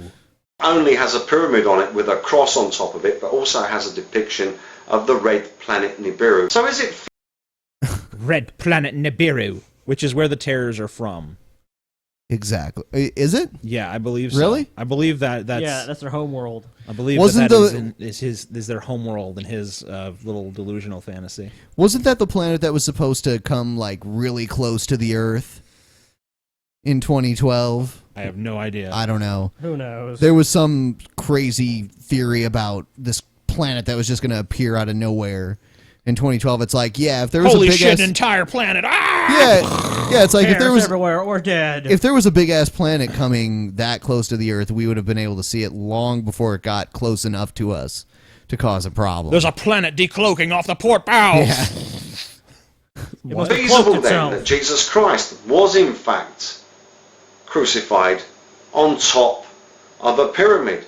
Well, the evidence seems to suggest that this just might be the case. Let's take a close look at the standard depiction of Christ crucified as depicted in churches, etc. all over the world. Here are just 3 random examples. This doesn't even matter because these depictions don't mean Here are shit. 3 random examples that have nothing to do with what I just said, but are relevant. This is just someone's artistic rendition of, you know, what they believe it looked like. Any architecture that incorporates triangles must be implying a pyramid. Yes, you are correct. I mean, we all understand that, right? Obviously. The We're one not in the idiots, TJ. The one in the middle looks like it's from like a Louisiana cemetery. It does, really. Yeah. It probably is. It may be. But they all have one thing in common. They all show Christ crucified with a horned disc or a crown of thorns on his head. Okay. They all That's have how long it's hair. written in the Bible. And they all have a pyramid roof above Jesus Christ. Holy shit. Plus, they all have pillars in one form or another. Oh, wow. But pillars. there's much more to this once you take a closer look. There is. The roof on this version is an Illuminati pyramid with an all-seeing eye. The crown of thorns on this version is shaped Where's as the 5 all-seeing eye? individual horned circle discs, which also look like 6s. The light rays Oh, from they the look like 6s. I always wondered where they got the thing. Was it in the Bible where they put the sign on top of Jesus's cross? Yeah, I don't know. I don't know if that was in, I don't know, but it seems to be popular in artistic depictions. It's INRI. It's the Latin equivalent of Jesus of Nazareth, King of the Jews, is basically what it says. It's supposed to be like a mocking I think what it really means is we are aliens. Fear us. Fear our pyramids and crucifixion on top of them. That's what it means. UFOs. Gorilla199 can explain to us how it actually means that, not the Latin of Jesus of Nazareth. I want to hear. I want him to explain how he discerns the difference between architecture that just coincidentally incorporates triangles and things that are basic shapes. Right, like the basic shape of the triangle. Like a 1-year-old kid with a crayon in his hand could draw a triangle unintentionally. Just because it's a basic shape. That child is a tear. That child is a tear, and you will not convince me otherwise. Yeah. He is a tear, or he is a Freemason. And he should be shot. What if he's both? He's a tear mason. He's a tear mason. Flying disc above what is supposed to be Jesus Christ's head radiate underneath his arms, giving the appearance of wings. And the posture he is crucified in is the same posture struck by Ishtar, the goddess of the night. Not really. Ishtar is in fact a Nephilim. Not really. These pictures look nothing alike, but I will just transfer into this. This should be called like logical leap, because the leaps in logic you have to make to follow this are so great. It's like jumping over the Grand Canyon. I'm hesitant to call them leaps in logic, because that implies there's like some sort of logic at work. Yeah, that any part of it is within logic to leap to. The thing is, like, there's a logical like thing going on here where he's trying to like he's obviously trying to make some sort of argument. So he's trying to employ like some like parts of logic, but it's just like he just doesn't like know, like he really doesn't know what the fuck he's talking about. Yeah. Like he's just like it's just like this guy is fucking insane. Like I'm like watching this, like I cannot believe there's another person that just really believes any of this shit. Just like it's almost like you walk into someone's house and it's like, you must be a Satanist. Like, why? Well, I noticed you have 6 lights there. Yeah, well, 6 is the number of the devil. I don't know if you're aware of that. It's funny that you bring that up, because G-Man called us Satanists too. He said we have satanic altars in our basements. G-Man. Ben, you don't have a basement, so and the masters of the universe. Okay, Ben must have a secret basement with his satanic altar. I just dug a hole for my satanic altar. Oh, okay. And I bury it when I'm done with it, but then I go back to it because Satan's really needy. You can't give up the He Satan. needs a lot of attention. Satan, it's me again. If I would have known How that you Satan doing, buddy? was so needy, I would have never been a satanic atheist. Satan's like, hey, Ben. Oh, I would have never. Been a while since you visited the altar, man. It's like, Text come on, me. man. I was there. Hey, Ben, text me later. That's how everyone is. Ben, are like, you so busy? God, Ben, what's up, man? What's up, man? You feeling all right, dude? Yeah. We don't hang anymore. Hail Satan. Satan, I just saw you last night, dude. Yeah, not man, really. but you know, you were there. You weren't there. You know what I'm saying? Yeah, you were distant, Ben. You were distant. You've been acting real distant towards me lately, buddy. Not a goddess of any description at all. I think you This just put it in there pose for the by tits. Ishtar and by It's what not is the supposed same to be posture. Jesus Look, Christ on the look. cross. Hold on. Put the Tits for hits. Put the camera on me for a second. Okay, I'll do it. Is that fat material right there? Oh yeah. No, but like, look, Jesus is like this, and she's like this. Yeah, who got crucified like that? That's not the same posture. No. Yeah. You know? Obviously not. Is in fact a cryptography of the letter X. Oh my god. And she is holding discs with horns in her hands. I don't see an Horn X. Discs. I see more of a and Y. Jesus Christ also has horns. Or if you I see a Y with the crucified Jesus too. Does that mean the letter Y means Yeah, something? it looks like a Y. And there's the cross is in the shape of a T, which I think means is it T? Tear. T. J. TJ. Holy shit, TJ. And I also noticed you made that video about how your eye was round, so therefore God is a tear. Yeah. As well. Why would God use UFO symbols in the design of human beings? Yeah. If not to let his terror intentions be known. So you're saying God is probably a tear. Or a Freemason. Or a Freemason. Oh, that makes sense. prefer spikes driven through his hands and feet. The flying disc above his head depicts the flying disc, like, because this person put a circle with some radians. I mean, for all that's probably the sun, for fuck's sake. I mean, it's a circle with a bunch of radians coming out of it, and it's in the sky. And he instantly jumps not to like that's the sun or that's just a decorative flourish. It jumps instantly to, that's a fucking saucer. Yeah, but you know what? How were the pyramids built? Aliens. Aliens. So, Gorilla199 is really on something right there. Aliens done did that. Yeah, I mean, aliens built the pyramids. And who the fuck is this Inri? And so what ended up happening is they're like, man, you know what? We're tired of this Jesus guy undermining us. So you know what they did? They fucking built a pyramid, they crucified him, and they watched the UFOs and were like, ha! You're killing you, Jesus. You're dying now, buddy. You're dying now because you fucked with us. That's pretty much what happened. Don't fuck with the tears, bitch. And like Most fuck with the tears, we tear you up. And most people just didn't realize it because they're just not as smart as Gorilla right here. Gorilla. Yeah, that's what I call him, Gorilla. He doesn't get, Godida. Horns with its rays. It is also, therefore, a horned disc. On either side of Ishtar there are owls, the silent, invisible killers of the night. Owls are dangerous. Owls, the silent, invisible killers of the night. What is it, like Cutthroat Alley or something? Like owls swoop down and like kill you and steal your money? If you're a mouse, maybe. They don't steal your money, because mice don't have money, and owls wouldn't want to steal it if they did. Silent, invisible killers of the night. Owls, the most evil animals known to man. On either side of this statue there appear to be three normal people, 2 women and 1 man, and the man has long hair. But these are no ordinary people. These 3 people are in fact owls. In other words, Nephilim Tares and Freemasons working in secrecy amongst us. Their hands are making the sign of the Masonic M. I can't believe how much light that sheds on the whole thing for me. I am Their now... hands are making the sign of the Masonic. Yeah, Ben was confused. I am now converted. So if your hands are slightly like this at all, you're making That's the the sign. shocker. That's 2 in the pink, 1 in the stink. Right? Yeah, baby. How you doing? So if you engage in that sort of bad activity, then you're probably a So if if Gorilla199 was a chick and he looked down or she looked down and saw some dude doing that, he'd be like, "Wait a minute, that's the Masonic M. Yeah. I have to stop this now." What? I have to bring up something. People in the chat room are saying Scooby Cam. Scoopy Cam.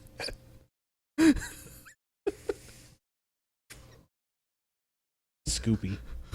Who's Scoopy? TJ is Scoopy. No, I don't think so. TJ is Scoopy. You know what, Scotty? I have to tell you something. While you were in the bathroom, I fucking turned on the mic, was like, "Call Scotty Scoopy from now on." Isn't that fucked up? I think that's fucked up. Scoopy. Scoopy doopy doo. Where are you? I don't know why I chose the letter P. Scoopy. Yeah. I could have said Scooty just as Everyone easily. call TJ some form of use J, but then use another random letter. Be like DJ, CJ, BJ. Scotty's pissed off. Scotty's pissed off, and he would kill TJ right now, but it's on camera. So then there would be evidence. So he'll just wait till later. For right now, he wants you to call TJ. What is it again? You can basically anything besides TJ. It's like DJ, CJ, or BJ because we're BJ. I like that one. It's funny because like even though TJ's name is so simple, people would actually fuck it up and be like, "Oh hey DJ," and he'd be like, "My name's TJ," and they're like, "Okay, whatever, DJ." Because of G-Man, what G-Man called TJ, I've been calling TJ the amazing racist all day. Like G-Man, you're the amazing racist. TJ. Piece of shit. G-Man. Yeah. I like how you're saying the He-Man song. I've even got I've got ZJ. I've got an EJ. EJ? Yeah. What the fuck is EJ? I don't know, but people have said, "Hey, oh, your name is EJ?" It's like, no. Wrong. His name is actually ZJ. Everyone's been saying it wrong for years. I got an PJ. There's too many letters that rhyme with T. Yeah.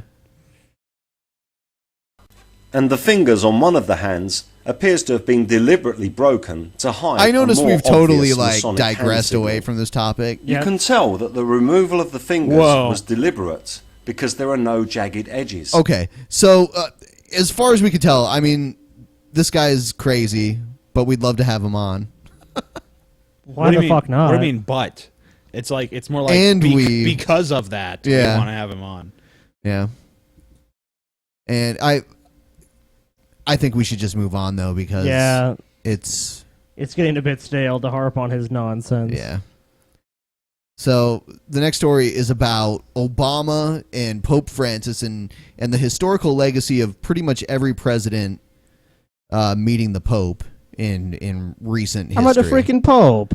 And it's interesting how the Pope is looked upon as a political figure as well as a religious figure because of the size of the Catholic Church and the wealth of the Catholic Church. For more than 200 years, the politician behind the desk in the Oval Office and the bishop seated on the throne of Peter have marked history together. On Thursday... Who would want to sit on a throne of Peter? Well, no, I'm sorry. Some people would like to. My apologies. The throne of Peter. Yeah. Definitely TJ. Oh. Oh. As long as there's a banana. Obama. As long as there's a banana. Obama's gonna bomb you. Obama's gonna bomb you. Wah, wah, wah. Yeah, I can't do it. We can do it. No. President Obama and Pope Francis will open a new chapter at the Vatican. In 2009, President Obama brought his family to the Vatican for his meeting with Pope Benedict. Sasha was still pretty young at the time. They see the Sistine Chapel, and they're going through these various chambers, and each time, she'd see somebody dressed up in the cloth, and she'd say, "Is that the Pope?" I can't tell any of these dudes apart. I like his story about his daughter. What about that one? Yeah. What about that Is one? that Is the Pope? that him? No. Is that the Pope? No. No, that's just another old white dude. Are we there yet? No. Yeah, basically. She was bored. She was meeting the Pope, like, whatever. Which one's the Pope?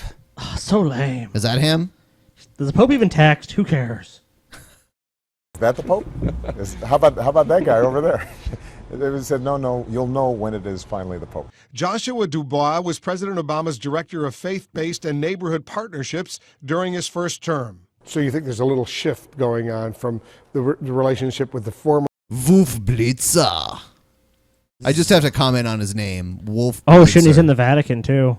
He's Yeah. a Nazi in the Vatican. Fuck. He's not a Nazi. I don't think he is.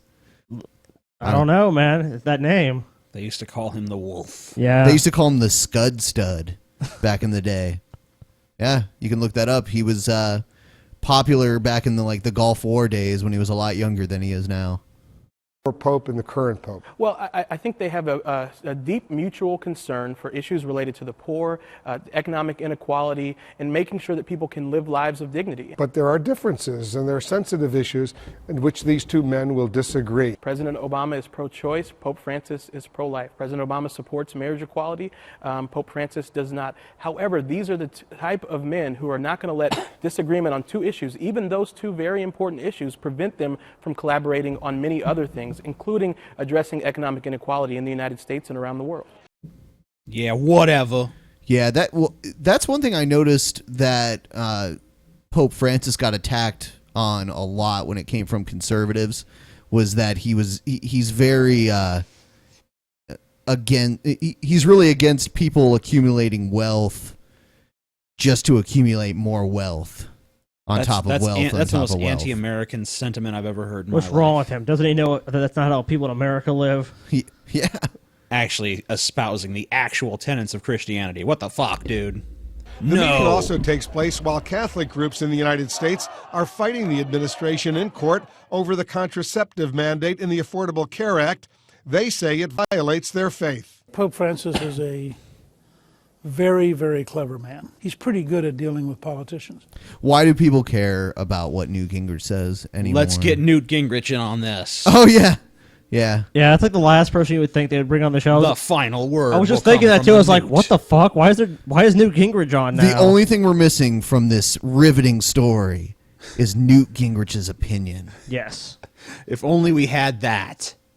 Who, by the way, played a huge part in the impeachment of Clinton. And you know who else we need is we need an SE Cup editorial about this as well. Yes.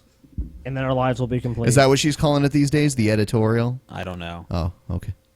She could just there do are it from. very, she very could just big stand differences behind Newt between Gingrich the and give Obama it administration while he's talking, secularism and maybe their and words would where cancel each the other Pope out. is.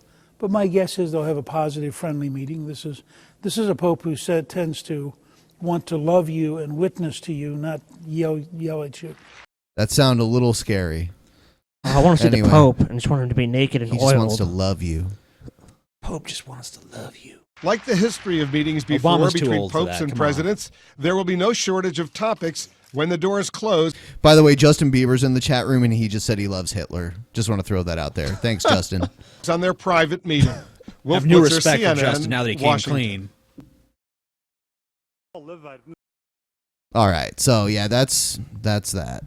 Yeah, the That most was non-story over. It's like Obama wants to win over Catholics, so he goes to the Vatican. Obama met the Pope Pope. Francis, you're wonderful and amazing. What do and you great. think's going to happen? I think they're going to be nice to each other. What a shock. Yeah, and U.S. presidents have been meeting popes for decades upon decades. Pope on a rope. Yeah. Pope on a I don't know. What the hell is that? I don't know. You could imagine it the Pope being fucking hanged, I guess. That's pretty fucked up. That would extreme pretty fast. Like, I guess the Pope could be dead.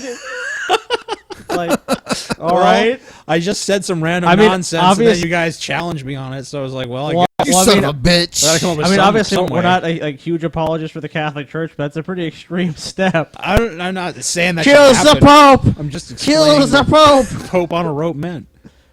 We know what you meant. You're subconscious. You want to, like, hang the Pope.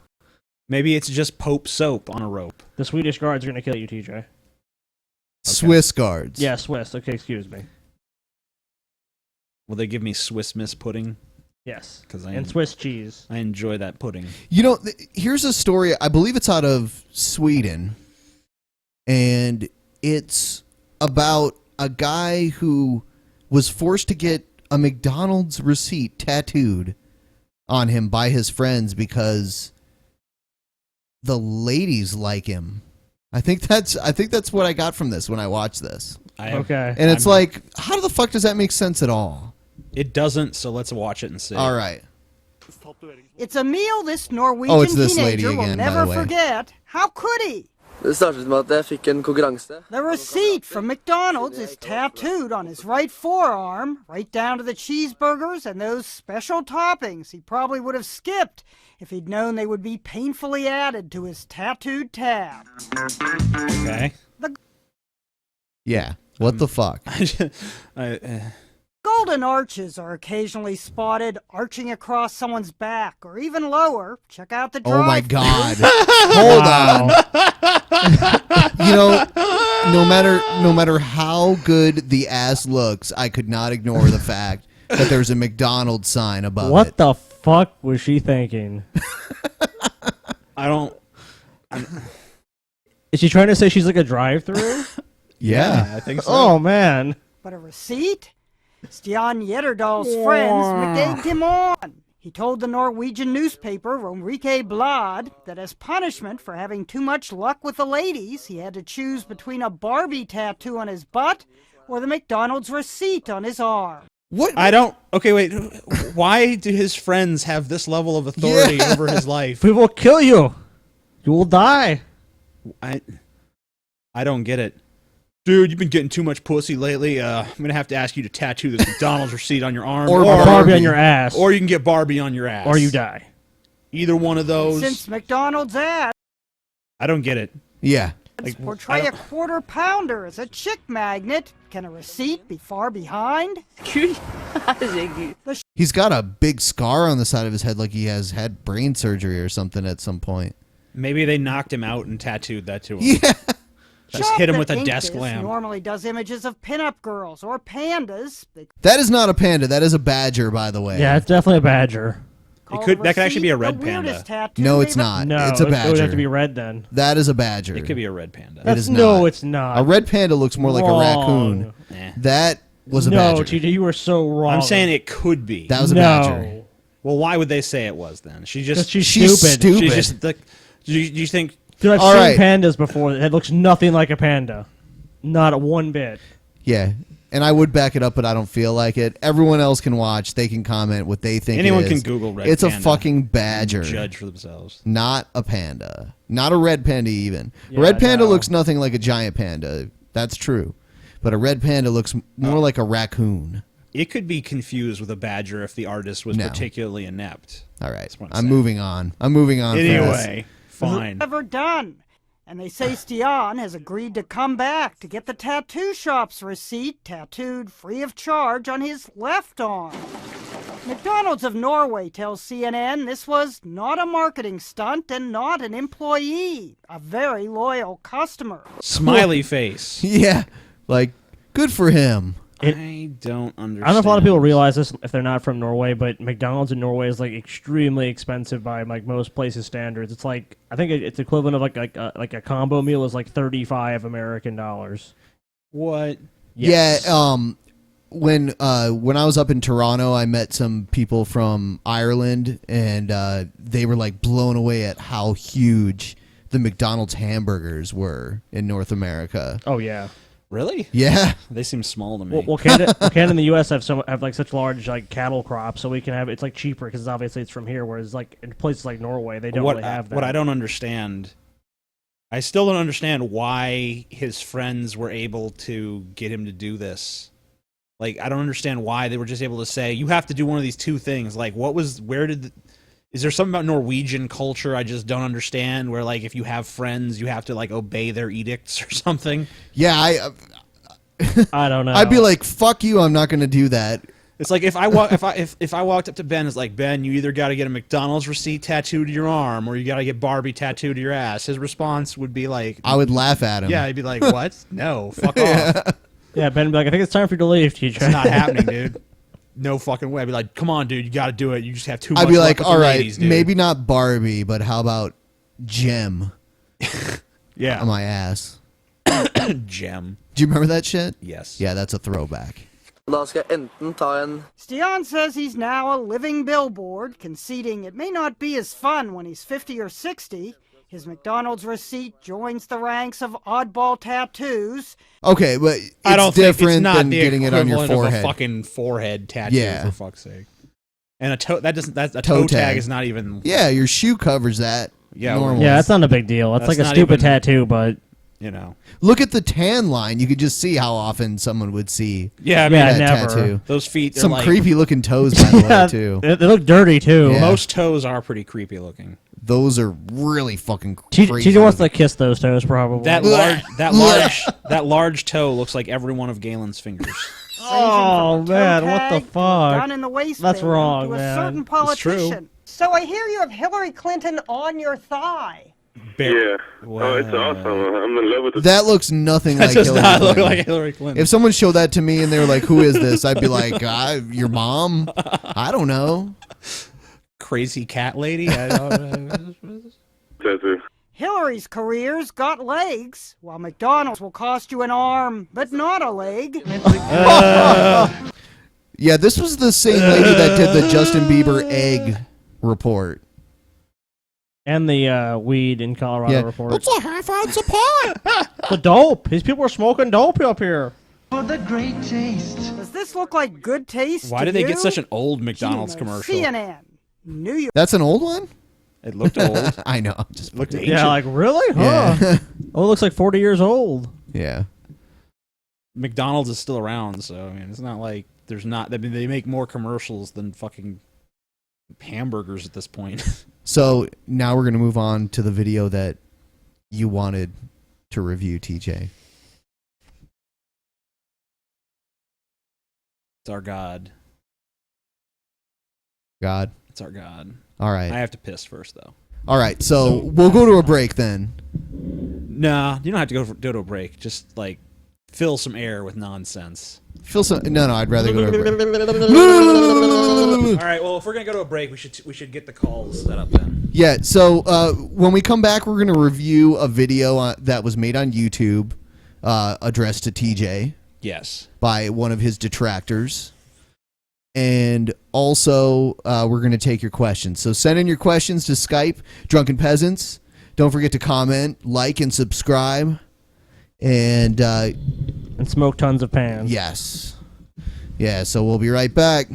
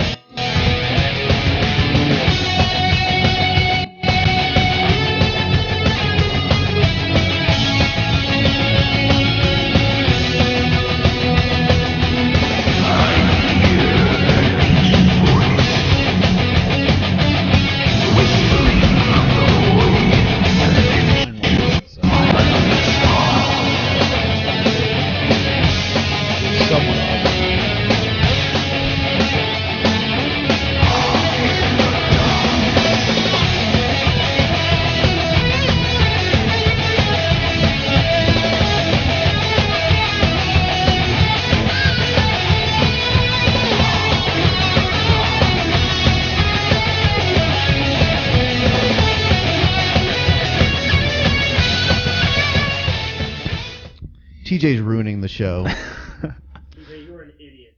No, I'm not. You're an idiot, TJ. We'll hate you and want to kill you now with a gun.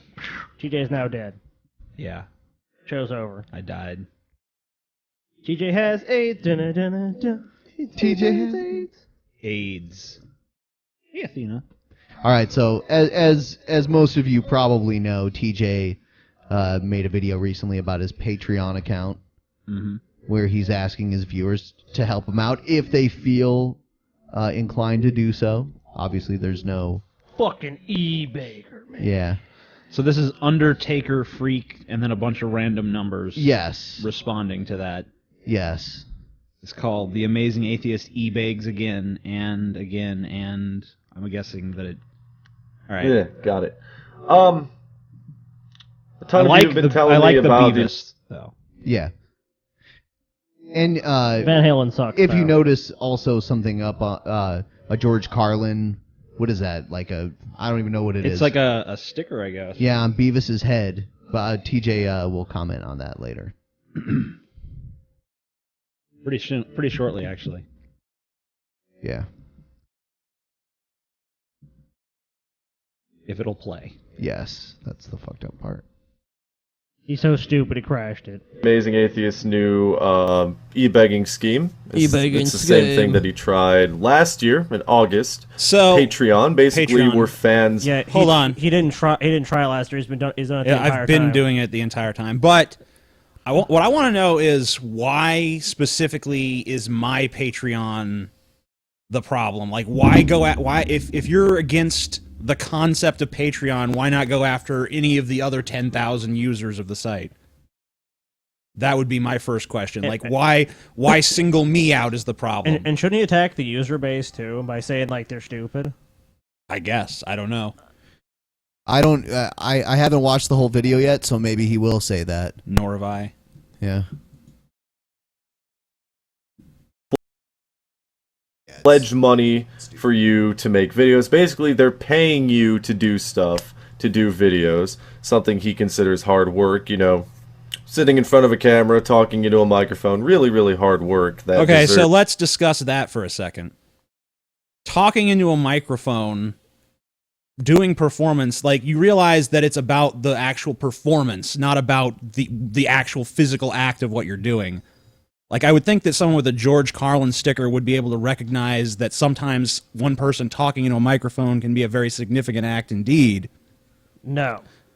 It's because it's you, it doesn't count. And I would like to point out that George Carlin was paid handsomely to talk into a microphone and entertain people, which is exactly the same thing I do. I do it in front of an internet audience instead of a live audience, but that difference is inconsequential. Yeah, why isn't he bashing like all those comedians online that do the same thing? Because he has a boner for me. Yeah.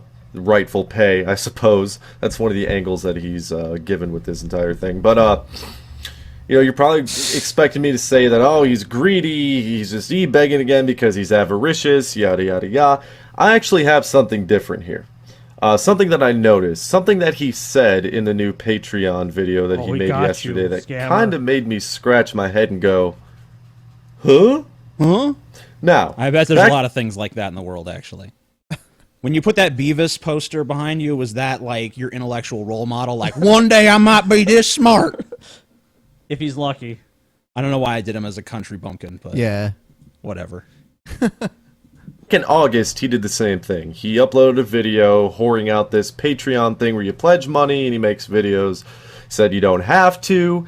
This is something that's completely optional. My content will remain free, but YouTube is my only source of revenue. I do not have an outside job. I do not have a contingency plan if all of this just goes all around me, which it could one day, which is why it's a very stupid idea to make YouTube your #1 source of income. Okay, well, hold on. anyone's job could be threatened by a changing circumstance. Yeah, that's never happened before. Like they don't ship jobs overseas, and there's like those things never happen. No jobs are never outsourced, nothing like that. And hey, people might even stop coming to the subway where you work, Undertaker freak. By the way, your sandwich artist days might be limited. They might be over. Your days as a sandwich artist might soon be coming to a close. You never know. You should have a backup career. I guess that's why you have that application for Burger King already filled out, tucked under your pillow. I think he has like 5 jobs. That must be the explanation. He has like 5 jobs. He just runs around from each job to make sure he always has, some source of revenue and income. And also, like, he's basically saying that I should ignore the fact that I have an audience of 530 or 40,000 people. And yes. I average over 100,000 views a video. He's saying I should just ignore those people and make some secondary job where I'd make far less money my first priority. Yeah, and it's funny because he's wearing a Van Halen t-shirt, and if Van Halen would have focused on having real jobs... Like, hey, this band thing might not work out for you guys, you know? Yeah, go become an accountant. He's also wearing a Detroit Red Wings hat if those players would have been like, hey... Do you not think people went to Mike Judge, the creator of Beavis and Butthead, and said, you need to fucking invest your time in a real job instead of this animation shit? You don't think they went to George Carlin and said, hey...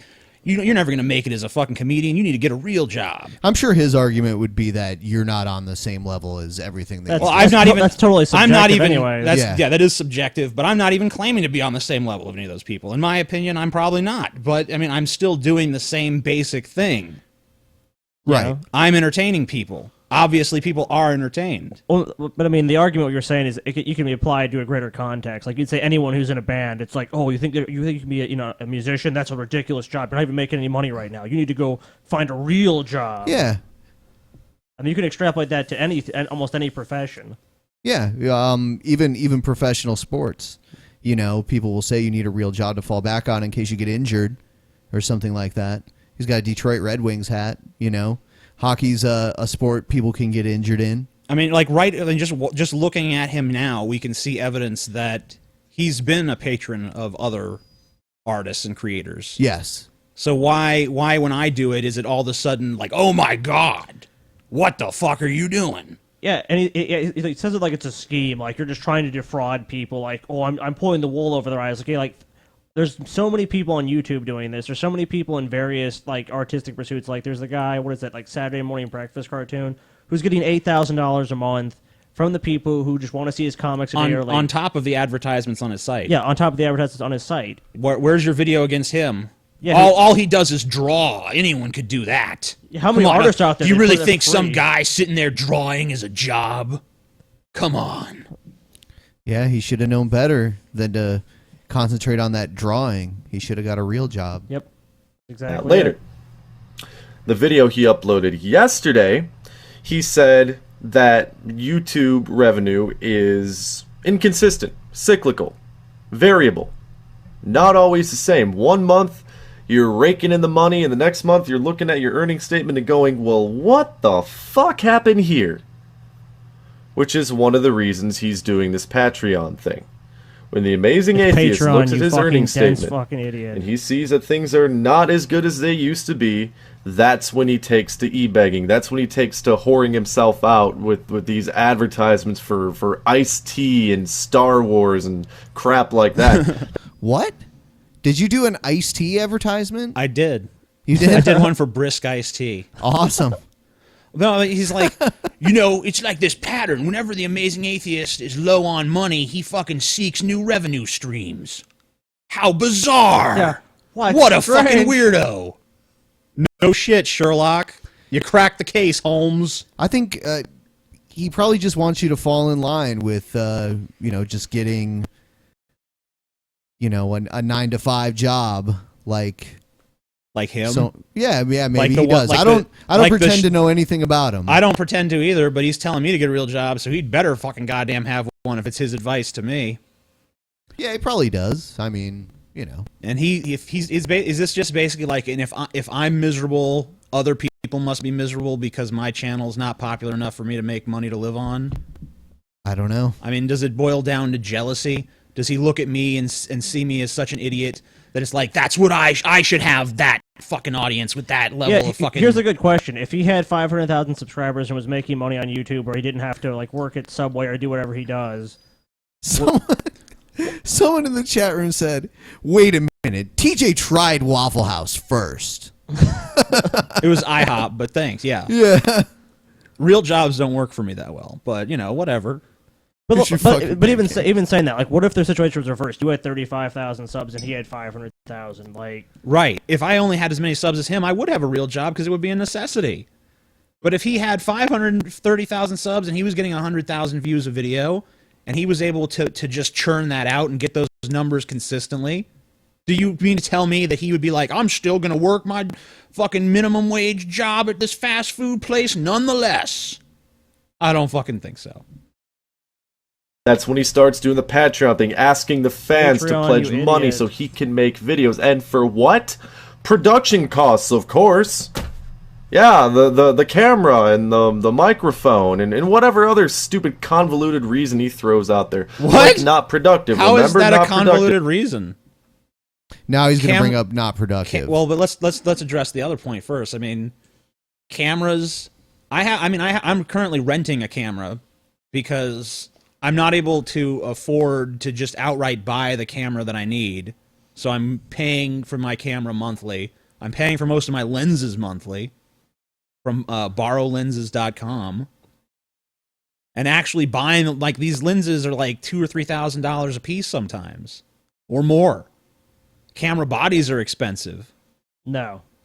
Editing HD video constantly is a fucking major drain on my computer. TJ, you lazy piece of shit. TJ, you're just lazy and you want a handout. That's all it is. Please give me my handout. By the way, my Patreon is. Hold on. Let me put you on. All right, here you go. It's now talk to the camera. Patreon.com/The Amazing Atheist. If you want to contribute to my horrible e-begging behavior by supporting what I do, then you can contribute there. There's lots of different reward levels for different people. Anyway, we're going to go back to responding to Undertaker Freak. 17,000 some odd dollars people pledged for not productive. Did they get refunds? No. And why should they have gotten refunds? Because the website never happened. He's got his fans by the balls. That's not even true. The website was actually up for months. And here's the whole thing. Like, here's the problem. When we were looking for companies initially to do the website, we got what was the name of that company that recommended Matthew to us?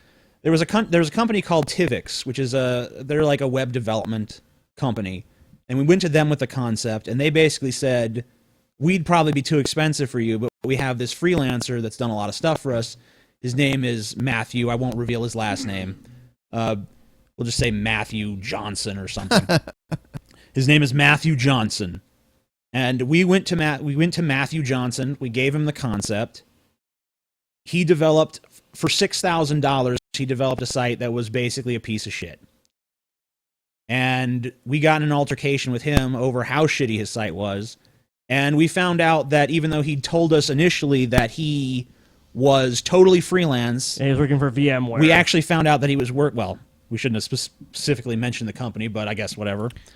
He's working for... It's a huge company. All right. Well, he's working for VMware, and he has a full-time job there. So he basically misconstrued his employment position to us, or at least he didn't inform us of a change in employment position, which is why, of course, he was paying no attention to our site whatsoever, a site that he'd already been paid for.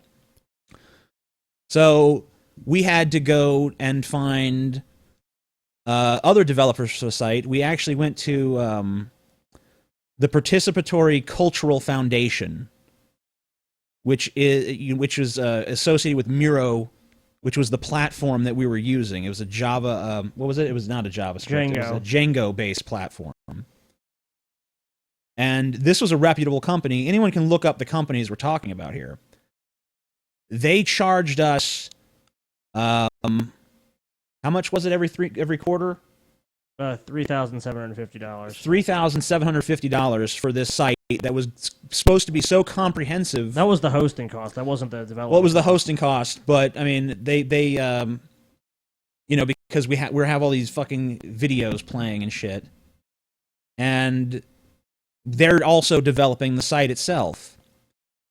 and we spent the entire budget of what we had paying for those hosting fees and paying for that development of that site, but the site that they delivered to us, despite supposedly being a reputable company with a good reputation, was buggy as hell. And they wanted more money for future development. So here I am, I have a $17,000 site that basically doesn't fucking work. And it's not because I made the wrong choices of associations. I mean, obviously I did, but everything seemed reputable and upfront. And these companies had good reputations. So at that point, we decided, we're not going to be able to make this site work unless we just continue to pour money into it. We weren't about to do another fundraiser. So what we realized we had to do before we could ever return to the site and start that development again and try to create that vision, which was a very big, comprehensive vision, we would have to build up a YouTube channel first. And that YouTube channel has gone through several concepts itself. I think we finally found a concept that does get content up there consistently, and if anyone goes to the Not Productive channel, they'll see that content uploads have been consistent. And I hope that one day that channel gets large enough and we have enough people on it that we can revisit the site, that we can continue development and get that up. I think it was bullshit how it was trying to be like, oh, you need to refund them their money. It's like, people want it was put towards the website. Like, refund what? Like, I guess in his mind, he assumes we just took the money and we just, like, went on a vacation and we're like, well, that's it. Fun times. Yeah, and we supposedly got rich off that site. It's like, hey, do you know how much $15,000? That's not that much money. That's not really like, oh, wow. Like, okay, to put it in perspective, we try to go that's enough money for Anita Sarkeesian to make a video a year from now. Yeah, but it's like, to put that in perspective, it's like that's like the cheapest new car you could possibly find. Like, even if we had just been totally unscrupulous, that's what we did. Like, we can go get like a fucking Hyundai Elantra. Whoa, we're rich.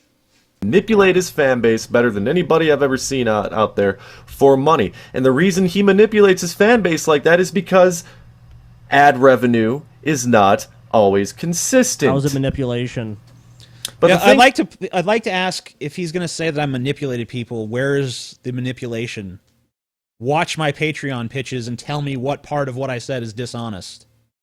Like, you've mentioned things I've said derisively, but you haven't actually presented any cogent case for why they're wrong. It's like, oh, he said he need money for equipment. That's bullshit. I will not provide no evidence for my statements. I mean, you don't talk about the cost of running a channel of my size at all. You totally gloss over that. You totally gloss over the price of HD DSLR cameras. You totally gloss over the price of lenses. You totally gloss over the price of having a computer that can edit HD video day after day and all of the fucking independent storage drives I need to store it on. Well, not to mention the biggest factor of any person has is their time. I mean, you have to spend hours upon hours doing these videos. You can't just put out some shitty video and be like, people are going to watch this. It's not how it works. I mean, yeah, like the video I made yesterday, that recent dub, I mean, I was probably working on that for like, I don't know, pretty much from almost the moment I woke up until the moment it was time to go to sleep. That really kind of it doesn't piss me off. It just makes me question the intelligence of these people. The people that make YouTube their #1 source of income. Somebody gets really popular on YouTube and sees that they're making enough money monthly to live off of, to pay their rent, to pay their car tag, to pay whatever. They can live off the revenue. So, real job? I don't need a real job. Contingency plan? What? I don't need a contingency plan. I can live off of this. Well, we've already addressed that Thinking that it... Yeah. That's more of his ignorant bullshit. Is there any more? I mean, you haven't seen the whole video. How much more do we have here? I'm not sure. Not too much more. It's about 8 minutes long. Okay. Will be the same. And then when that revenue stream starts to go downhill due to factors like AdSense, due to factors like people not really liking their content much anymore, due to factors like hold on. That's bullshit. That's total nonsense. Just look at my fucking views consistently. Week after week. I like how he made the argument. He didn't say directly. Year after year. He just tried to imply that's what was happening. No, I mean, my views are as good as they've ever been. Probably a little better. Yes, that's not true. I mean, like, I used to be... I mean, like, back in the... Go to Social Blade if you don't believe us. Yeah, I mean, just look at the metrics, for fuck's sake. Look at the actual data, you stupid fuck. I mean, come on. You just make unfounded statements.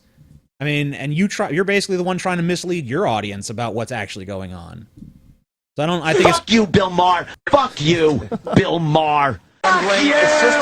Fuck your mother in her fucking asshole. Go fuck yourself. That cunt is a douchebag, and I fucking hate him. He gets on his dumb fuck show and talks shit like that all the time. That cunt is a douchebag, and I hate him. Sucking. Fucking hate him. They panic. They're like, "Oh my god, wasn't what it thought you wasn't what you thought it was it?" And you know what? I feel absolutely no sympathy for people that suddenly find themselves unable to pay. I don't want your sympathy. I want your money.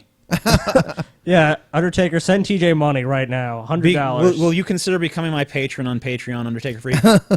By the way, you also have a standing invite to appear on this show at any time, and people can go into his channel, Undertaker Freak, some random numbers. Tell him he can come on the show as well. We'd be glad to have him. Their bills because they had no contingency plan. Mostly because they see they can make a lot of money the easy way. Yes, a lot of people aren't going to like that. A lot of people aren't going to like me saying that. But when compared to jobs that they could get out in the real world that are more stable, that have a consistent cash flow, when compared to this stuff with AdSense and YouTube, they're taking the easy way. Let me just say, for the record, that there is no job... It's thunder. Yeah, there's no job that I am qualified for that in this world that I could go get right now that would even come close to the income I make on YouTube at this point. So why would I possibly do that? Don't you realize that YouTube is a time investment? Don't you realize that I have a fucking audience of people that actually give a shit? You've been doing it for 8 years. Don't you realize I've been doing this for 8 years of my fucking life, and the first 3 years I did it for free? And that up until recently, I've never fucking asked my audience to be a major part of that revenue. But you know what? I think that I'd rather work for my audience than I would continue to work for advertisers. I would rather accept money from people who watch my shit and enjoy it rather than having to fucking shill iced tea and shit. So... I mean, I don't think that's unfair. I don't think if I was doing the exact same thing, but I was doing it in the real world, like if I was going to like comedy clubs or wherever, and I was doing these performances, and people were enjoying it, and they could pay for it optionally, I think you'd be saying, wow, that's like the greatest entertainer ever. He don't even make people pay. It's pretty interesting that he talks shit about you doing any type of advertising when the site that he posts his opinions on wouldn't exist if it weren't for the advertising revenue that they make. Yeah. It costs so much to run YouTube. I mean, it's just like streaming video. And yeah, it's not like a public service or anything like that. Exactly. So people have to make content that people actually want to watch for the site to be successful. I mean, come on, look. Everyone just honestly ask themselves this question for a second. If Undertaker Freak made enough money on YouTube to live, would he keep his regular shitty job? Probably not. The one and only correct answer is no. Yeah. Not a fucking snowball's chance in hell. All right? Anyone with any intellectual honesty knows that. I mean, I'm looking at his room where he's at right now, and I'm not seeing some posh, luxurious surroundings where he's got it made. No, I see a drum set and a bed. Yeah. Yeah. And they find that the easy way ain't so easy when they've gone from $2,000 a month all the way down to $500 a month because of whatever. I have no sympathy for them whatsoever because they failed to plan. No you one, failed to plan, no one, you planned to no fail. one on this you didn't earth get that wants your contingency plan. sympathy. You thought, a real gives a job shit about it. It's like he's afraid of you. Hold on, TJ. I swear you told me before that you wanted this guy's sympathy. I was like, man, you know, if I could have Undertaker Freak, if only I sympathy, could have the fucking sympathy of Undertaker Freak, my life would be complete. It's kind of funny, you guys. I'm assuming that his favorite wrestler is the Undertaker, which is also yours. Yep. Which is kind of ironic. I'm hoping he's referring to actual Undertakers. Yeah. Unfortunately, I don't think so. I remember earlier, TJ, you were saying that you thought that probably his favorite wrestler was actually John Cena. Yeah, I was going to say that he should change his name to Cena Freak. No, fuck that. I can just sit here and play video games. Or I can just sit here and talk into a microphone and get paid easy while all these guys work. Sit here and play. Have you ever heard of PewDiePie before? I mean, yeah, like why aren't 17 million if you're gonna go after people for 20 playing million, video how games, many? like go after one of the gaming channels. Why are you going after me? I mean, first of all, and by the way, fucking uploading video games to YouTube to make money is a fucking hard ass endeavor. I mean, first of all, those recording softwares fucking suck. They have problems out the ass. Yeah. It's hard to get the fucking. I mean, if you're doing things on like an emulator, It has or to be something, it's hard to licensed. get the emulators to or work. you'll get a copyright flag immediately. Yeah, I mean, so you pretty much have to give one of the networks like 30%. I mean, because they're basically like the mafia of YouTube at this point. Like, you need to pay them protection money. Whatever. Hard. Yeah. Oh, look at that. $200 this month? Shit, how am I going to pay my bills? You should have thought about it. So the Amazing Should have been Atheist doing smart this like e-begging me. stuff, I don't think it's because of greed. It's him saving his own ass. That's what it is, people. It's him saving his own ass and keeping his own ass afloat. When those bills come in and he looks at his revenue flow and it's not the... Let me just correct a misconception. The money that I make just on AdSense, if I didn't do any book sales, if I didn't do any Patreon stuff, like the money, the revenue that I make just from my channel would be more than enough for me to continue to live off of. I might have to take a decline in lifestyle or whatever, but it would be enough.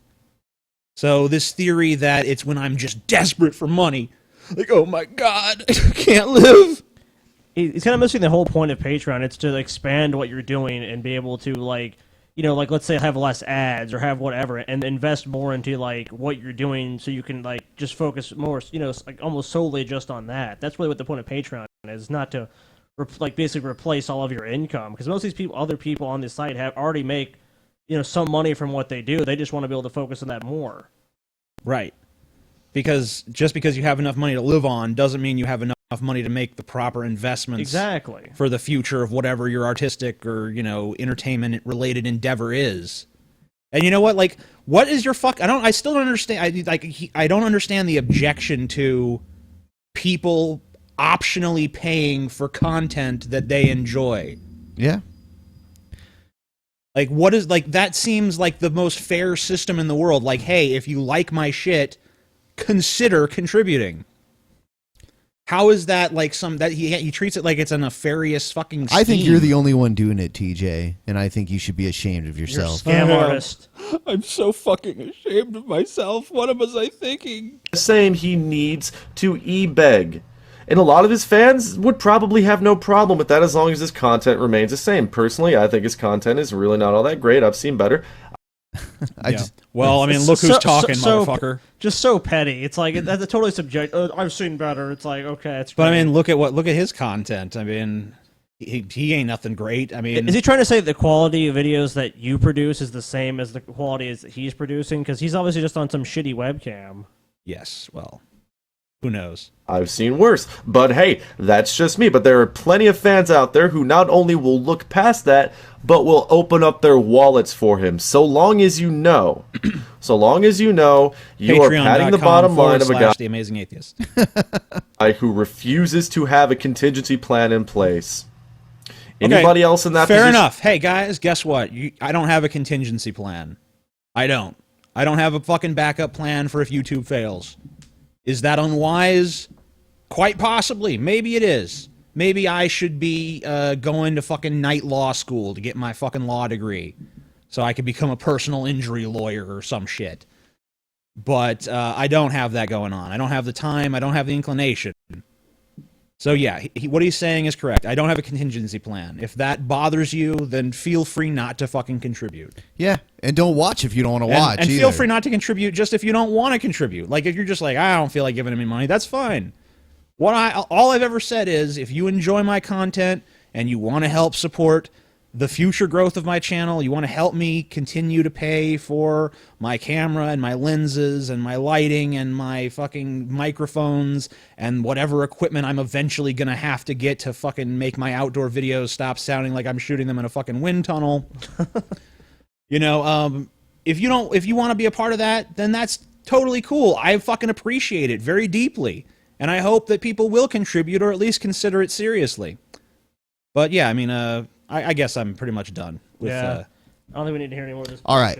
So I think what we're going to do is take one more break really quick. We're going to read the comments and the questions that we've got on Skype.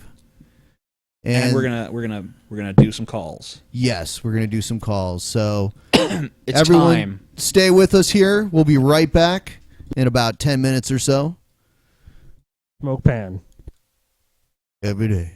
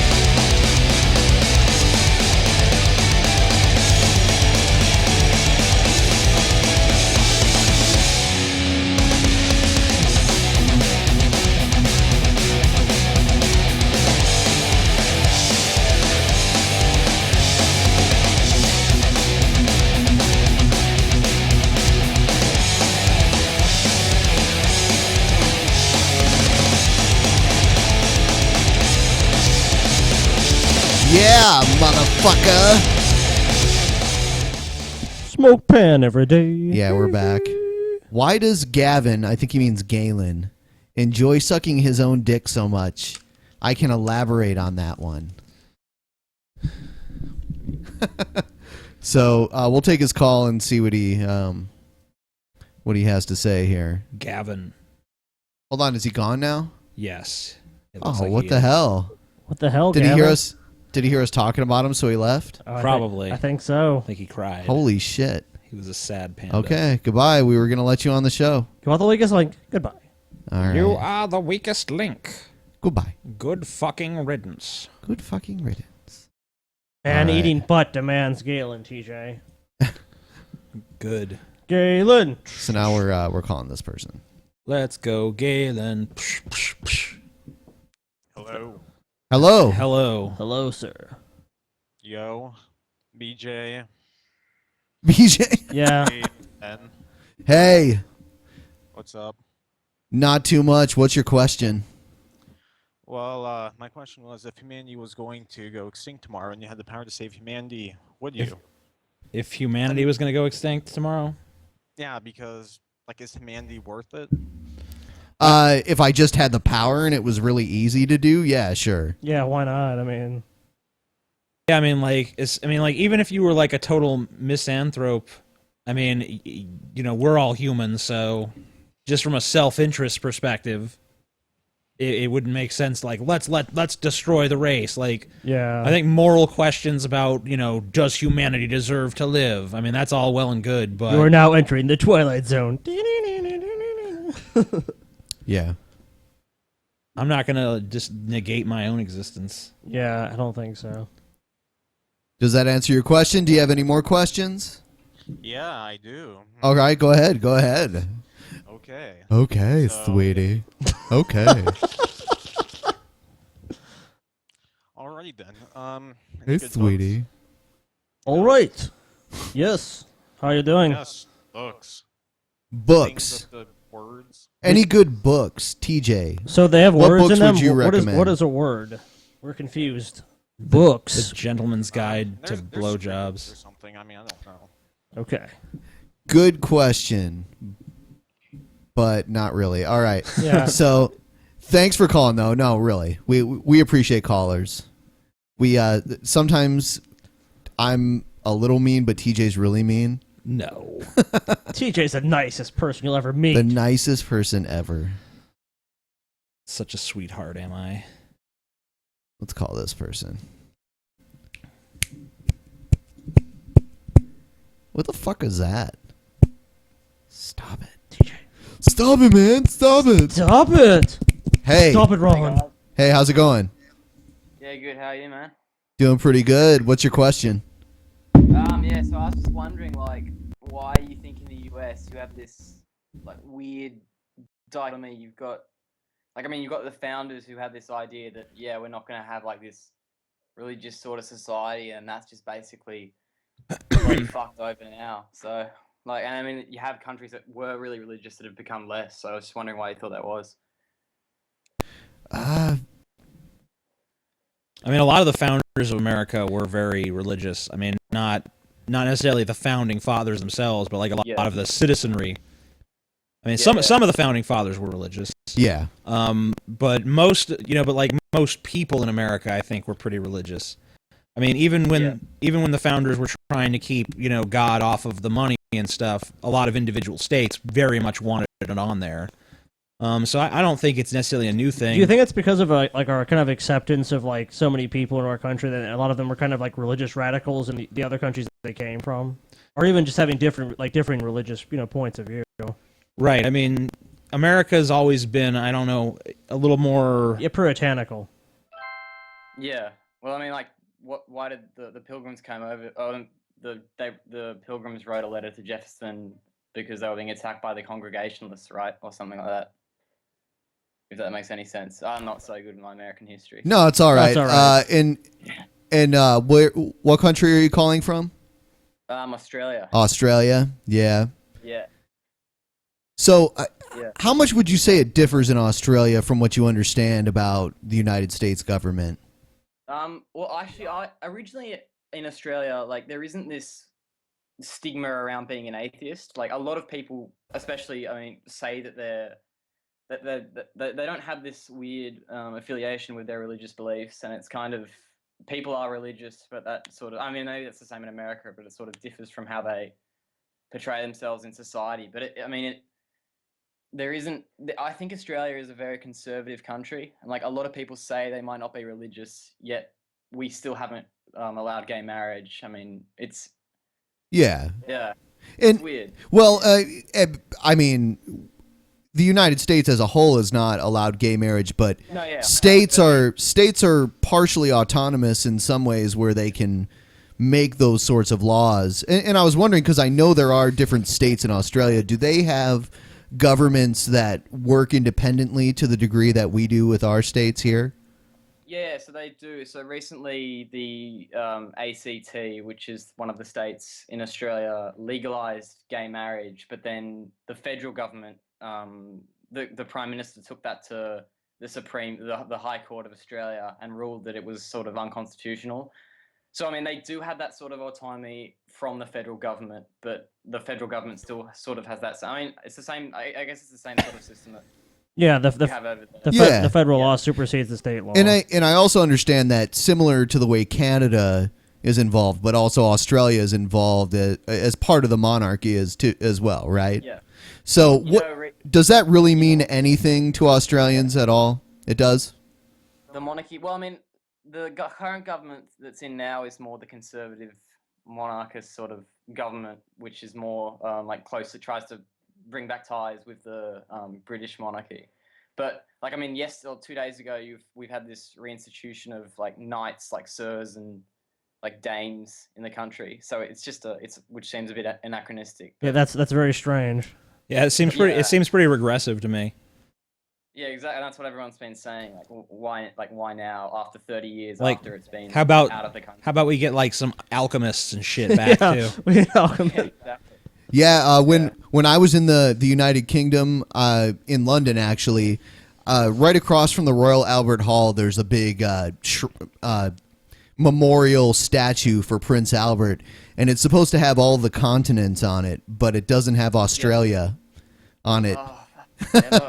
I don't even know if they knew enough about Australia to consider it a continent at that point, honestly. But yeah, I mean, it had all of the other ones on it, but I noticed that, and our tour guide said, I don't even know if they really knew about Australia. It's like, I'm not at sure. that point. We weren't sure about that. That was just some big landmass off in the middle of nowhere that no one cares about. Yeah. The other question I just wanted to ask you guys was, like after I think totally different, but I've just been thinking about it with this whole Crimea thing. But I mean, after the Soviet Union's sort of fallen, I mean, Putin I see as an extension of, I mean, he's basically this despotic Stalinist sort of leader. So I mean, yeah, for sure. But I mean, do you see that? I think in a way it would be better to have a Soviet sort of type government still in Russia, just because at least you have the safety net. You know, it's funny that you say that, because I've even heard in the case of homosexuals, even when homosexuality was technically illegal in the Soviet Union, they felt safer then than they do now under Putin. Yeah, well, I mean, yeah, exactly. I mean, like when Lenin came to power, he detested like anti-Semitism, and which is, I guess, the same sort of view as, being anti-gay now. But I mean, it seems that communism does have, or at least in its most pure form, this sort of like admission that we are sort of equal. And then, under Putin, he's just this oligarch. You just lose that. So it almost seems that it's. I believe, which is weird, because you would think Putin would be, very red at heart, just because of his roots. KGB, right? Yeah. Well, it's interesting. People talk about income inequality, but I believe it's like 110 families in Russia control 35% of its wealth. So it's really like an ultra-capitalist country, if anything. Well, yeah. What's exactly. I mean, what's the deal with the Walton family in America? Like, they have more wealth than the bottom. Like, what is it? the guys who run Walmart. Well, yeah, I mean, Sam Walton, he was an old man. He created a store. It was just supposed to be like the general store in his hometown. And then eventually it grew into an empire. And then when he died, his children got it. And they've turned it into the global mammoth that it is today. I don't remember what percentage of I think it was a ridiculously high number of Americans. Like 40% or something. Yeah, it was something like that. Pretty absurd. Like one family controls more than like a significant chunk of the country. It's kind of funny. About 5 years ago, I was in Mexico, and a lot of the people there in Mexico would point at the Walmart and call it the American Embassy. There. That's awesome. Yeah. That's amazing. Yeah, I really like TJ's like wealth distribution, like wealth inequality videos have been like. I mean, just like I think the one where you talk about, I mean, where how the reason that there's a drug war is essentially just to keep the prison systems in business. I mean, that's just. Yeah, and they've been looking for other ways too. I mean, that's what the prison industry is also pushing for, a lot harsher laws on illegal immigration, because they want to just be able to. And also the number one funding industry on trying to keep cannabis illegal in Colorado and Washington State. Yeah. The prison industry. Yeah. No shock. Who stands? It's funny that the people that stand to lose the most are the black market drug dealers and the people that incarcerate people. Yeah. Well, there's about 700,000 arrests per year for marijuana offenses, so of course there's a huge incentive to keep those prisons open. It's pretty sad that prison is a private business in America. But I mean, it's pretty sad that a lot of things are a private business in America. Yeah, a lot of it, especially our medical system. So. Yeah, that's what's the deal with that? Like, no, I don't understand how that. I mean, how can you as a person just like what's the alternate to healthcare is literally just having the universal healthcare is literally just having people dying in the streets, and that's so okay? Mainly here, your healthcare is tethered to your job, so it's another. It's part of what I like to call the golden handcuffs. You know, your job. You have to be tethered to this job that you hate, which is kind of what we were talking about earlier. People get stuck in these jobs that they hate that make their lives miserable just because they need the healthcare or just because they need. You know, whatever benefits they get from it. You know, maybe they have bad teeth or something like that and they need dental care or something like that. You know, and that's pretty much how it is here. Your health care is tethered to your job. If you lose your job, then the cost of health care goes up multiple times. Oh, for sure. Yeah. Because then you have to buy private market insurance. You have to pay all of your medical costs. So people, you know, in a country where the medical costs are so high, they basically have no choice but to say, well, I'll have to work this shitty job because I get these benefits. They take a monthly premium out of your paycheck, directly out of your paycheck.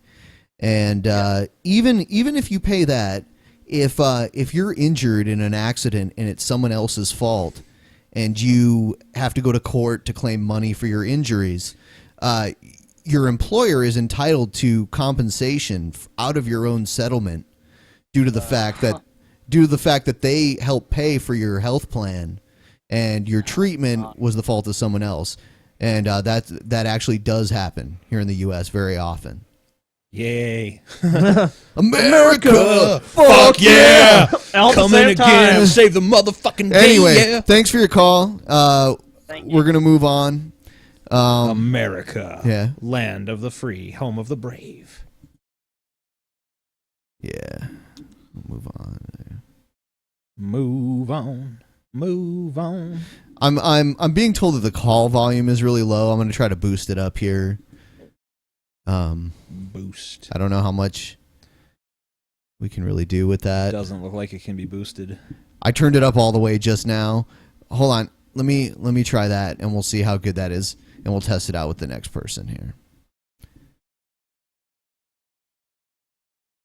Look at this bullshit. What? Who's calling you? Someone's trying to call. Yeah, no thanks. No thanks, asshole. buddy. Don't call us. We'll call you. Yeah. Just think of it like 1930s Hollywood. Or present Hollywood. Nah, they probably give you a text nowadays. Text, you got the part, Hi. LOL. Hi. Hello, how are you? It's courage. Hey. Hi, yes. Yes. I literally just changed it to courage. Courage! 10 seconds ago.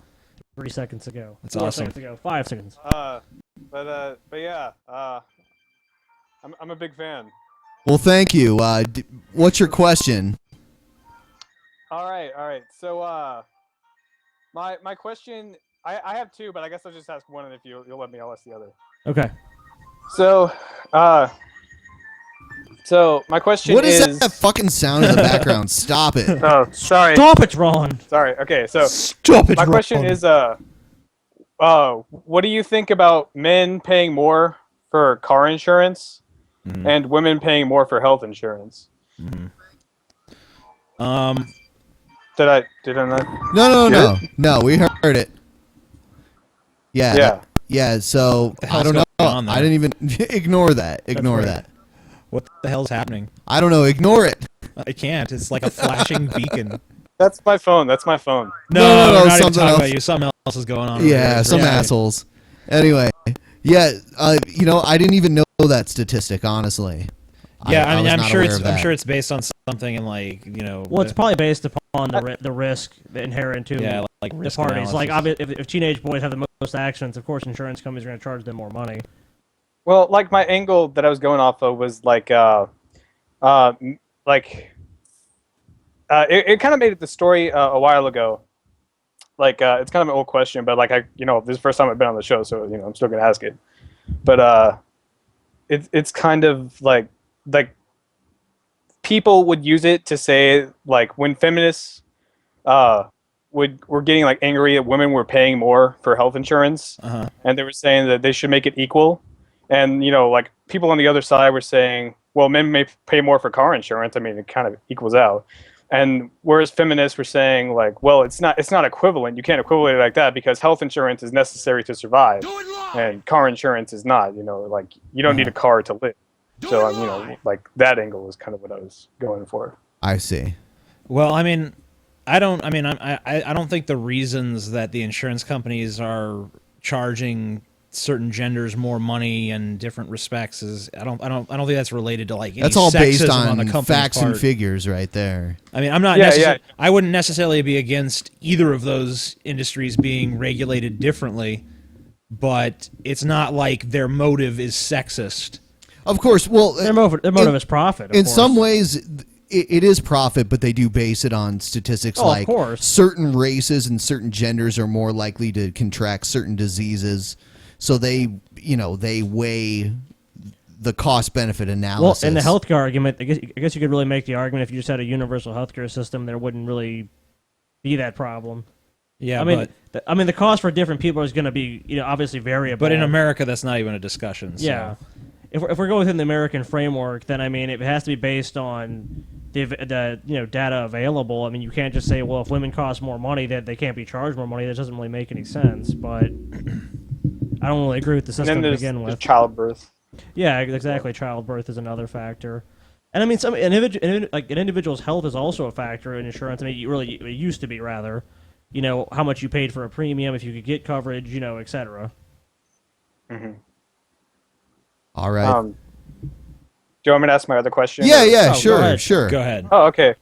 Well, my other question was more. That's not really a question. It's just I want to get your thoughts. Okay. About the future of China and the U.S. China's becoming.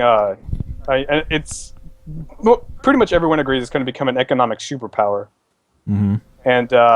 And whereas the U.S. is kind of waning, we have all the debt to China and everything. And what are your thoughts on the U.S. Fading, not really fading into obscurity or anything, but not really being as dominant as before, and China possibly becoming the new U.S. in terms of its influence across the globe? Scotty, you know more about geopolitics and world economics than I do. Oh, okay. I thought you guys wanted to answer it. I'm a bisexual. I'm Bill O'Reilly. Okay. That's really distracting, but it was just funny. Sorry. Well, I mean, it's not necessarily true. I don't fully agree with you. I do agree with you on some points that China is obviously becoming an economic power, but China has a lot of problems. One is China really heated up their economy by building a lot of stuff that they didn't even really need, like a lot of infrastructure projects. Yeah. And obviously, Foxconn, a big example in China for like the slave factories, like the slave where basically the company that assembles iPhones, they're actually automating a lot of their stuff. So they're gonna be putting a lot of people out of business. And China does have a huge employment problem. They also have a demographic crisis.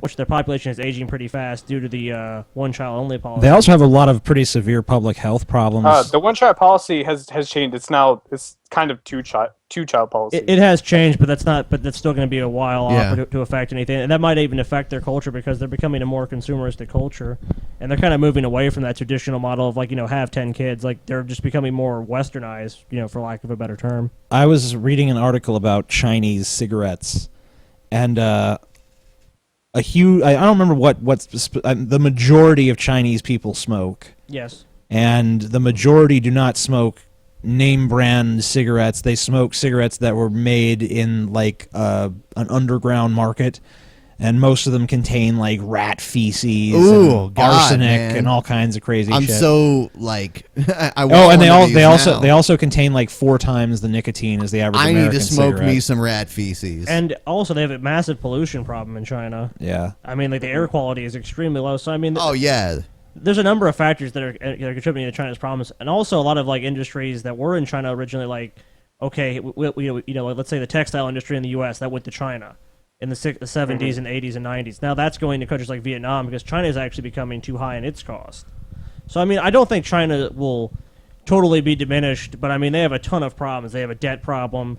They have demographic problems. They have pollution problems because they polluted a lot of their land to build all the infrastructure to give people jobs. So I mean, China faces a huge number of problems, and they have a huge population. So I mean, China has a number of factors that are working against them. Yeah, and a lot of just because a lot of China is highly industrialized doesn't mean all of it is. Like a lot of China is still very like rural and old-fashioned. Inner China is very rural. It's most like the coastal areas of China, like Beijing and Shanghai, and etc. That's true. That's true. But I mean, that's not to say the U.S. doesn't have problems. We definitely do. But I mean, I just don't think I think when people describe China, I think they're kind of just making it seem like China is this perfect utopia that's just rising up and we're just like falling into shit. I just don't agree with that. But I mean, we definitely have a lot of problems in the U.S. for sure. Well, maybe you could go back to the Industrial Revolution. I mean, U.S. faced kind of the same problems almost. Yeah. Way back in the early 20th century. Yeah, I mean, a lot of countries are going to face that as they become more industrialized. And the thing is, I mean, how a different country responds to it is going to kind of determine what their future standing will be. Fuck it. I don't know that the doomsday prediction of China becoming the superpower. Do you remember the one that was before that? Just in the 80s and the 70s was Japan. It was basically the same story. Like it was like I believe what was it the Imperial Palace in Japan was worth more than all of California because of their stock bubble in Japan. It became so ridiculous, and it was just all smoke and mirrors. And I mean, I kind of feel the same way about China in some regards because they're so new to the game. I mean, their growth rates were so high that everything's been so explosive, and now it's all kind of starting to settle down because it's not really based on actual demand. It's just like, okay, we need to inflate this economy because we have to give people jobs. We have to make this outward appearance that things are going so well here. Yeah, I agree. Pretty much everything you said. What the fuck is going on? What's happening here? We're having a weird technical difficulty. Yeah. What is going on? I don't know, but yeah, we gotta stop it. Oh shit! It's Scotty. Okay. Oh shit! It was the laptop. Damn you, Scotty! Scotty's ruining everything. It wasn't me. It was Pillow Scotty. Pillows. God damn you, Pillow Scotty! You sack of shit. I'm innocent. All right, thanks for being on. All right, let's see what else we got here.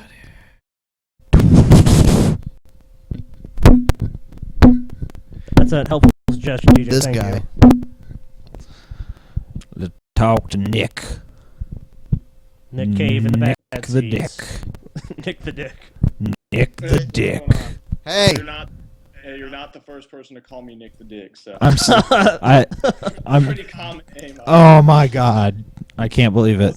Someone beat me to the punch. I can't fathom that. such a crazy rhyme. I can't believe anyone could come up with Yeah. I know, right? Because it's not obvious at all. That probably started when you were 5. So, wow, yeah. so what's your question? Has anyone ever called you Dick the Nick? No, but Nick is short for Nicholas, so Nick the Dick slowly evolved into Dickolas. That's awesome. So only like 1 or 2 people call me that, but yeah, it's okay. I like how mature these people are. Is, what is it going to take to get large amounts of the population to develop and actually begin to employ heavy critical thinking skills? Is it a better educational system? Maybe campaigns to promote logic in the public square? And finally, what are the hypothetical implications of a population that has the ability to reason logically and think critically? So, well, I think part of it could just be an improvement in what people actually consume as art and culture and entertainment. I think that if you improved that would have a pretty big effect. Like if you actually put stuff out there that was challenging to people instead of just pandering to idiots nonstop with constant updates about what the Kardashians are up to. Yeah. And, Oh shit, the Kardashians? And the what's being sold at Vegas pawn shops and You like that show. I know, but still, it's a piece of shit. You like that show. You like that show, TJ, and you're a middle-aged man. You're a middle-aged Ice road TJ, truckers. leave me I've alone. had serious arguments with people over whether or not Pawn Stars is staged. Like a lot of people. It is. confuse- It's obviously staged. Really, they believe it's real. Like they just happen to find someone with a rare item on the street who walks into the pawn shop.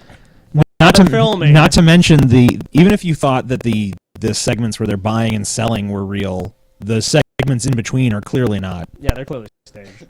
I mean, so whatever. But I mean, so I think that's part of it. I think the education thing is part of it. Go back to basically the foundation of Western civilization, like the Greeks. I mean, it was the Socratic method. It was ask questions. It was try to find the flaws in what people are telling you. It's question almost everything, just not to just be an asshole, but to try to learn, try to obtain knowledge. Right? Yeah. I mean, like right now, skepticism is basically treated like a pathological illness.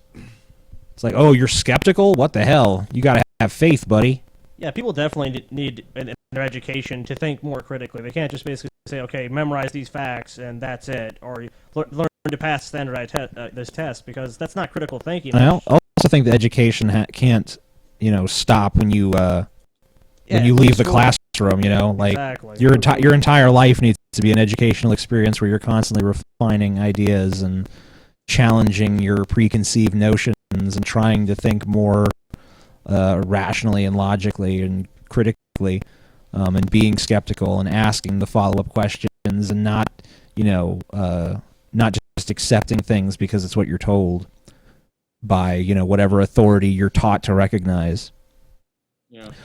As for something that can be taught, I think it's Sure. something. It's not totally out of the realm of something that can, it's either like you got critical thinking or you don't. But I think it's definitely something that's difficult. they're called Certainly not easy. they're called critical thinking skills for a reason. Yeah.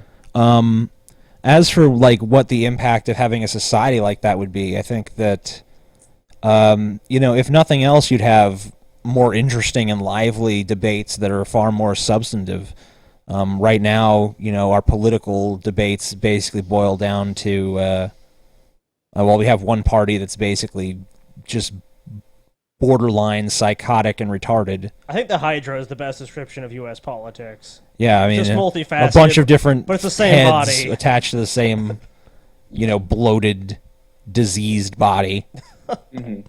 Yeah, I like to think people may not, fall for the same tricks quite as easily. Maybe people might.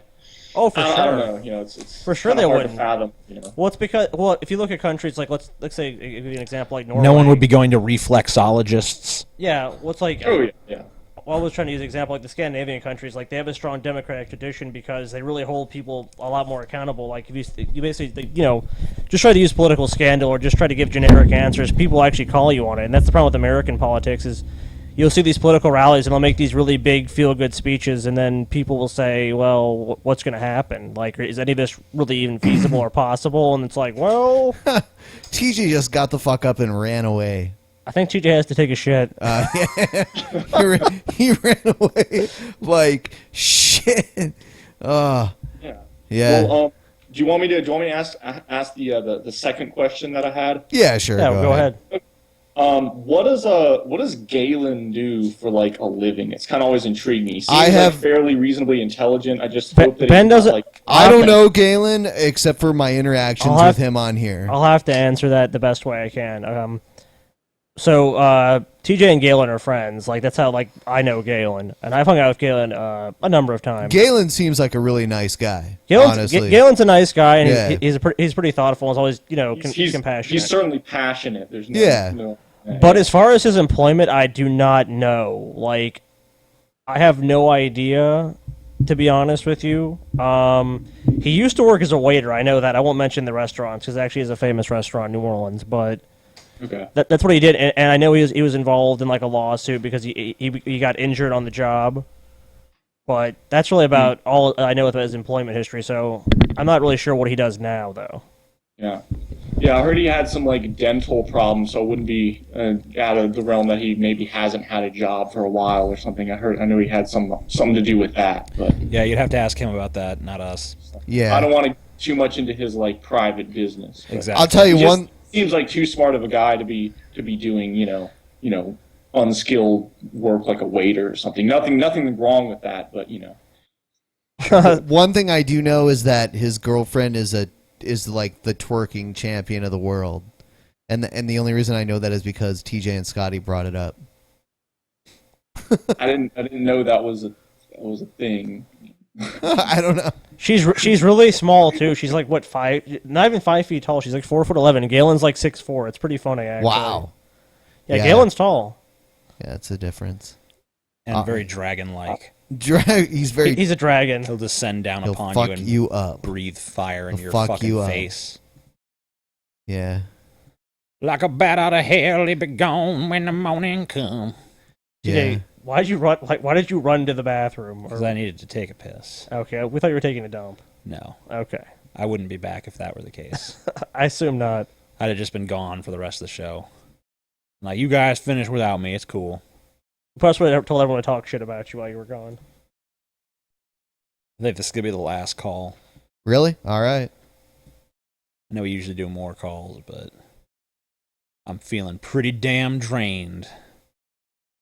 But I'm ready to talk to pan-smoking cat.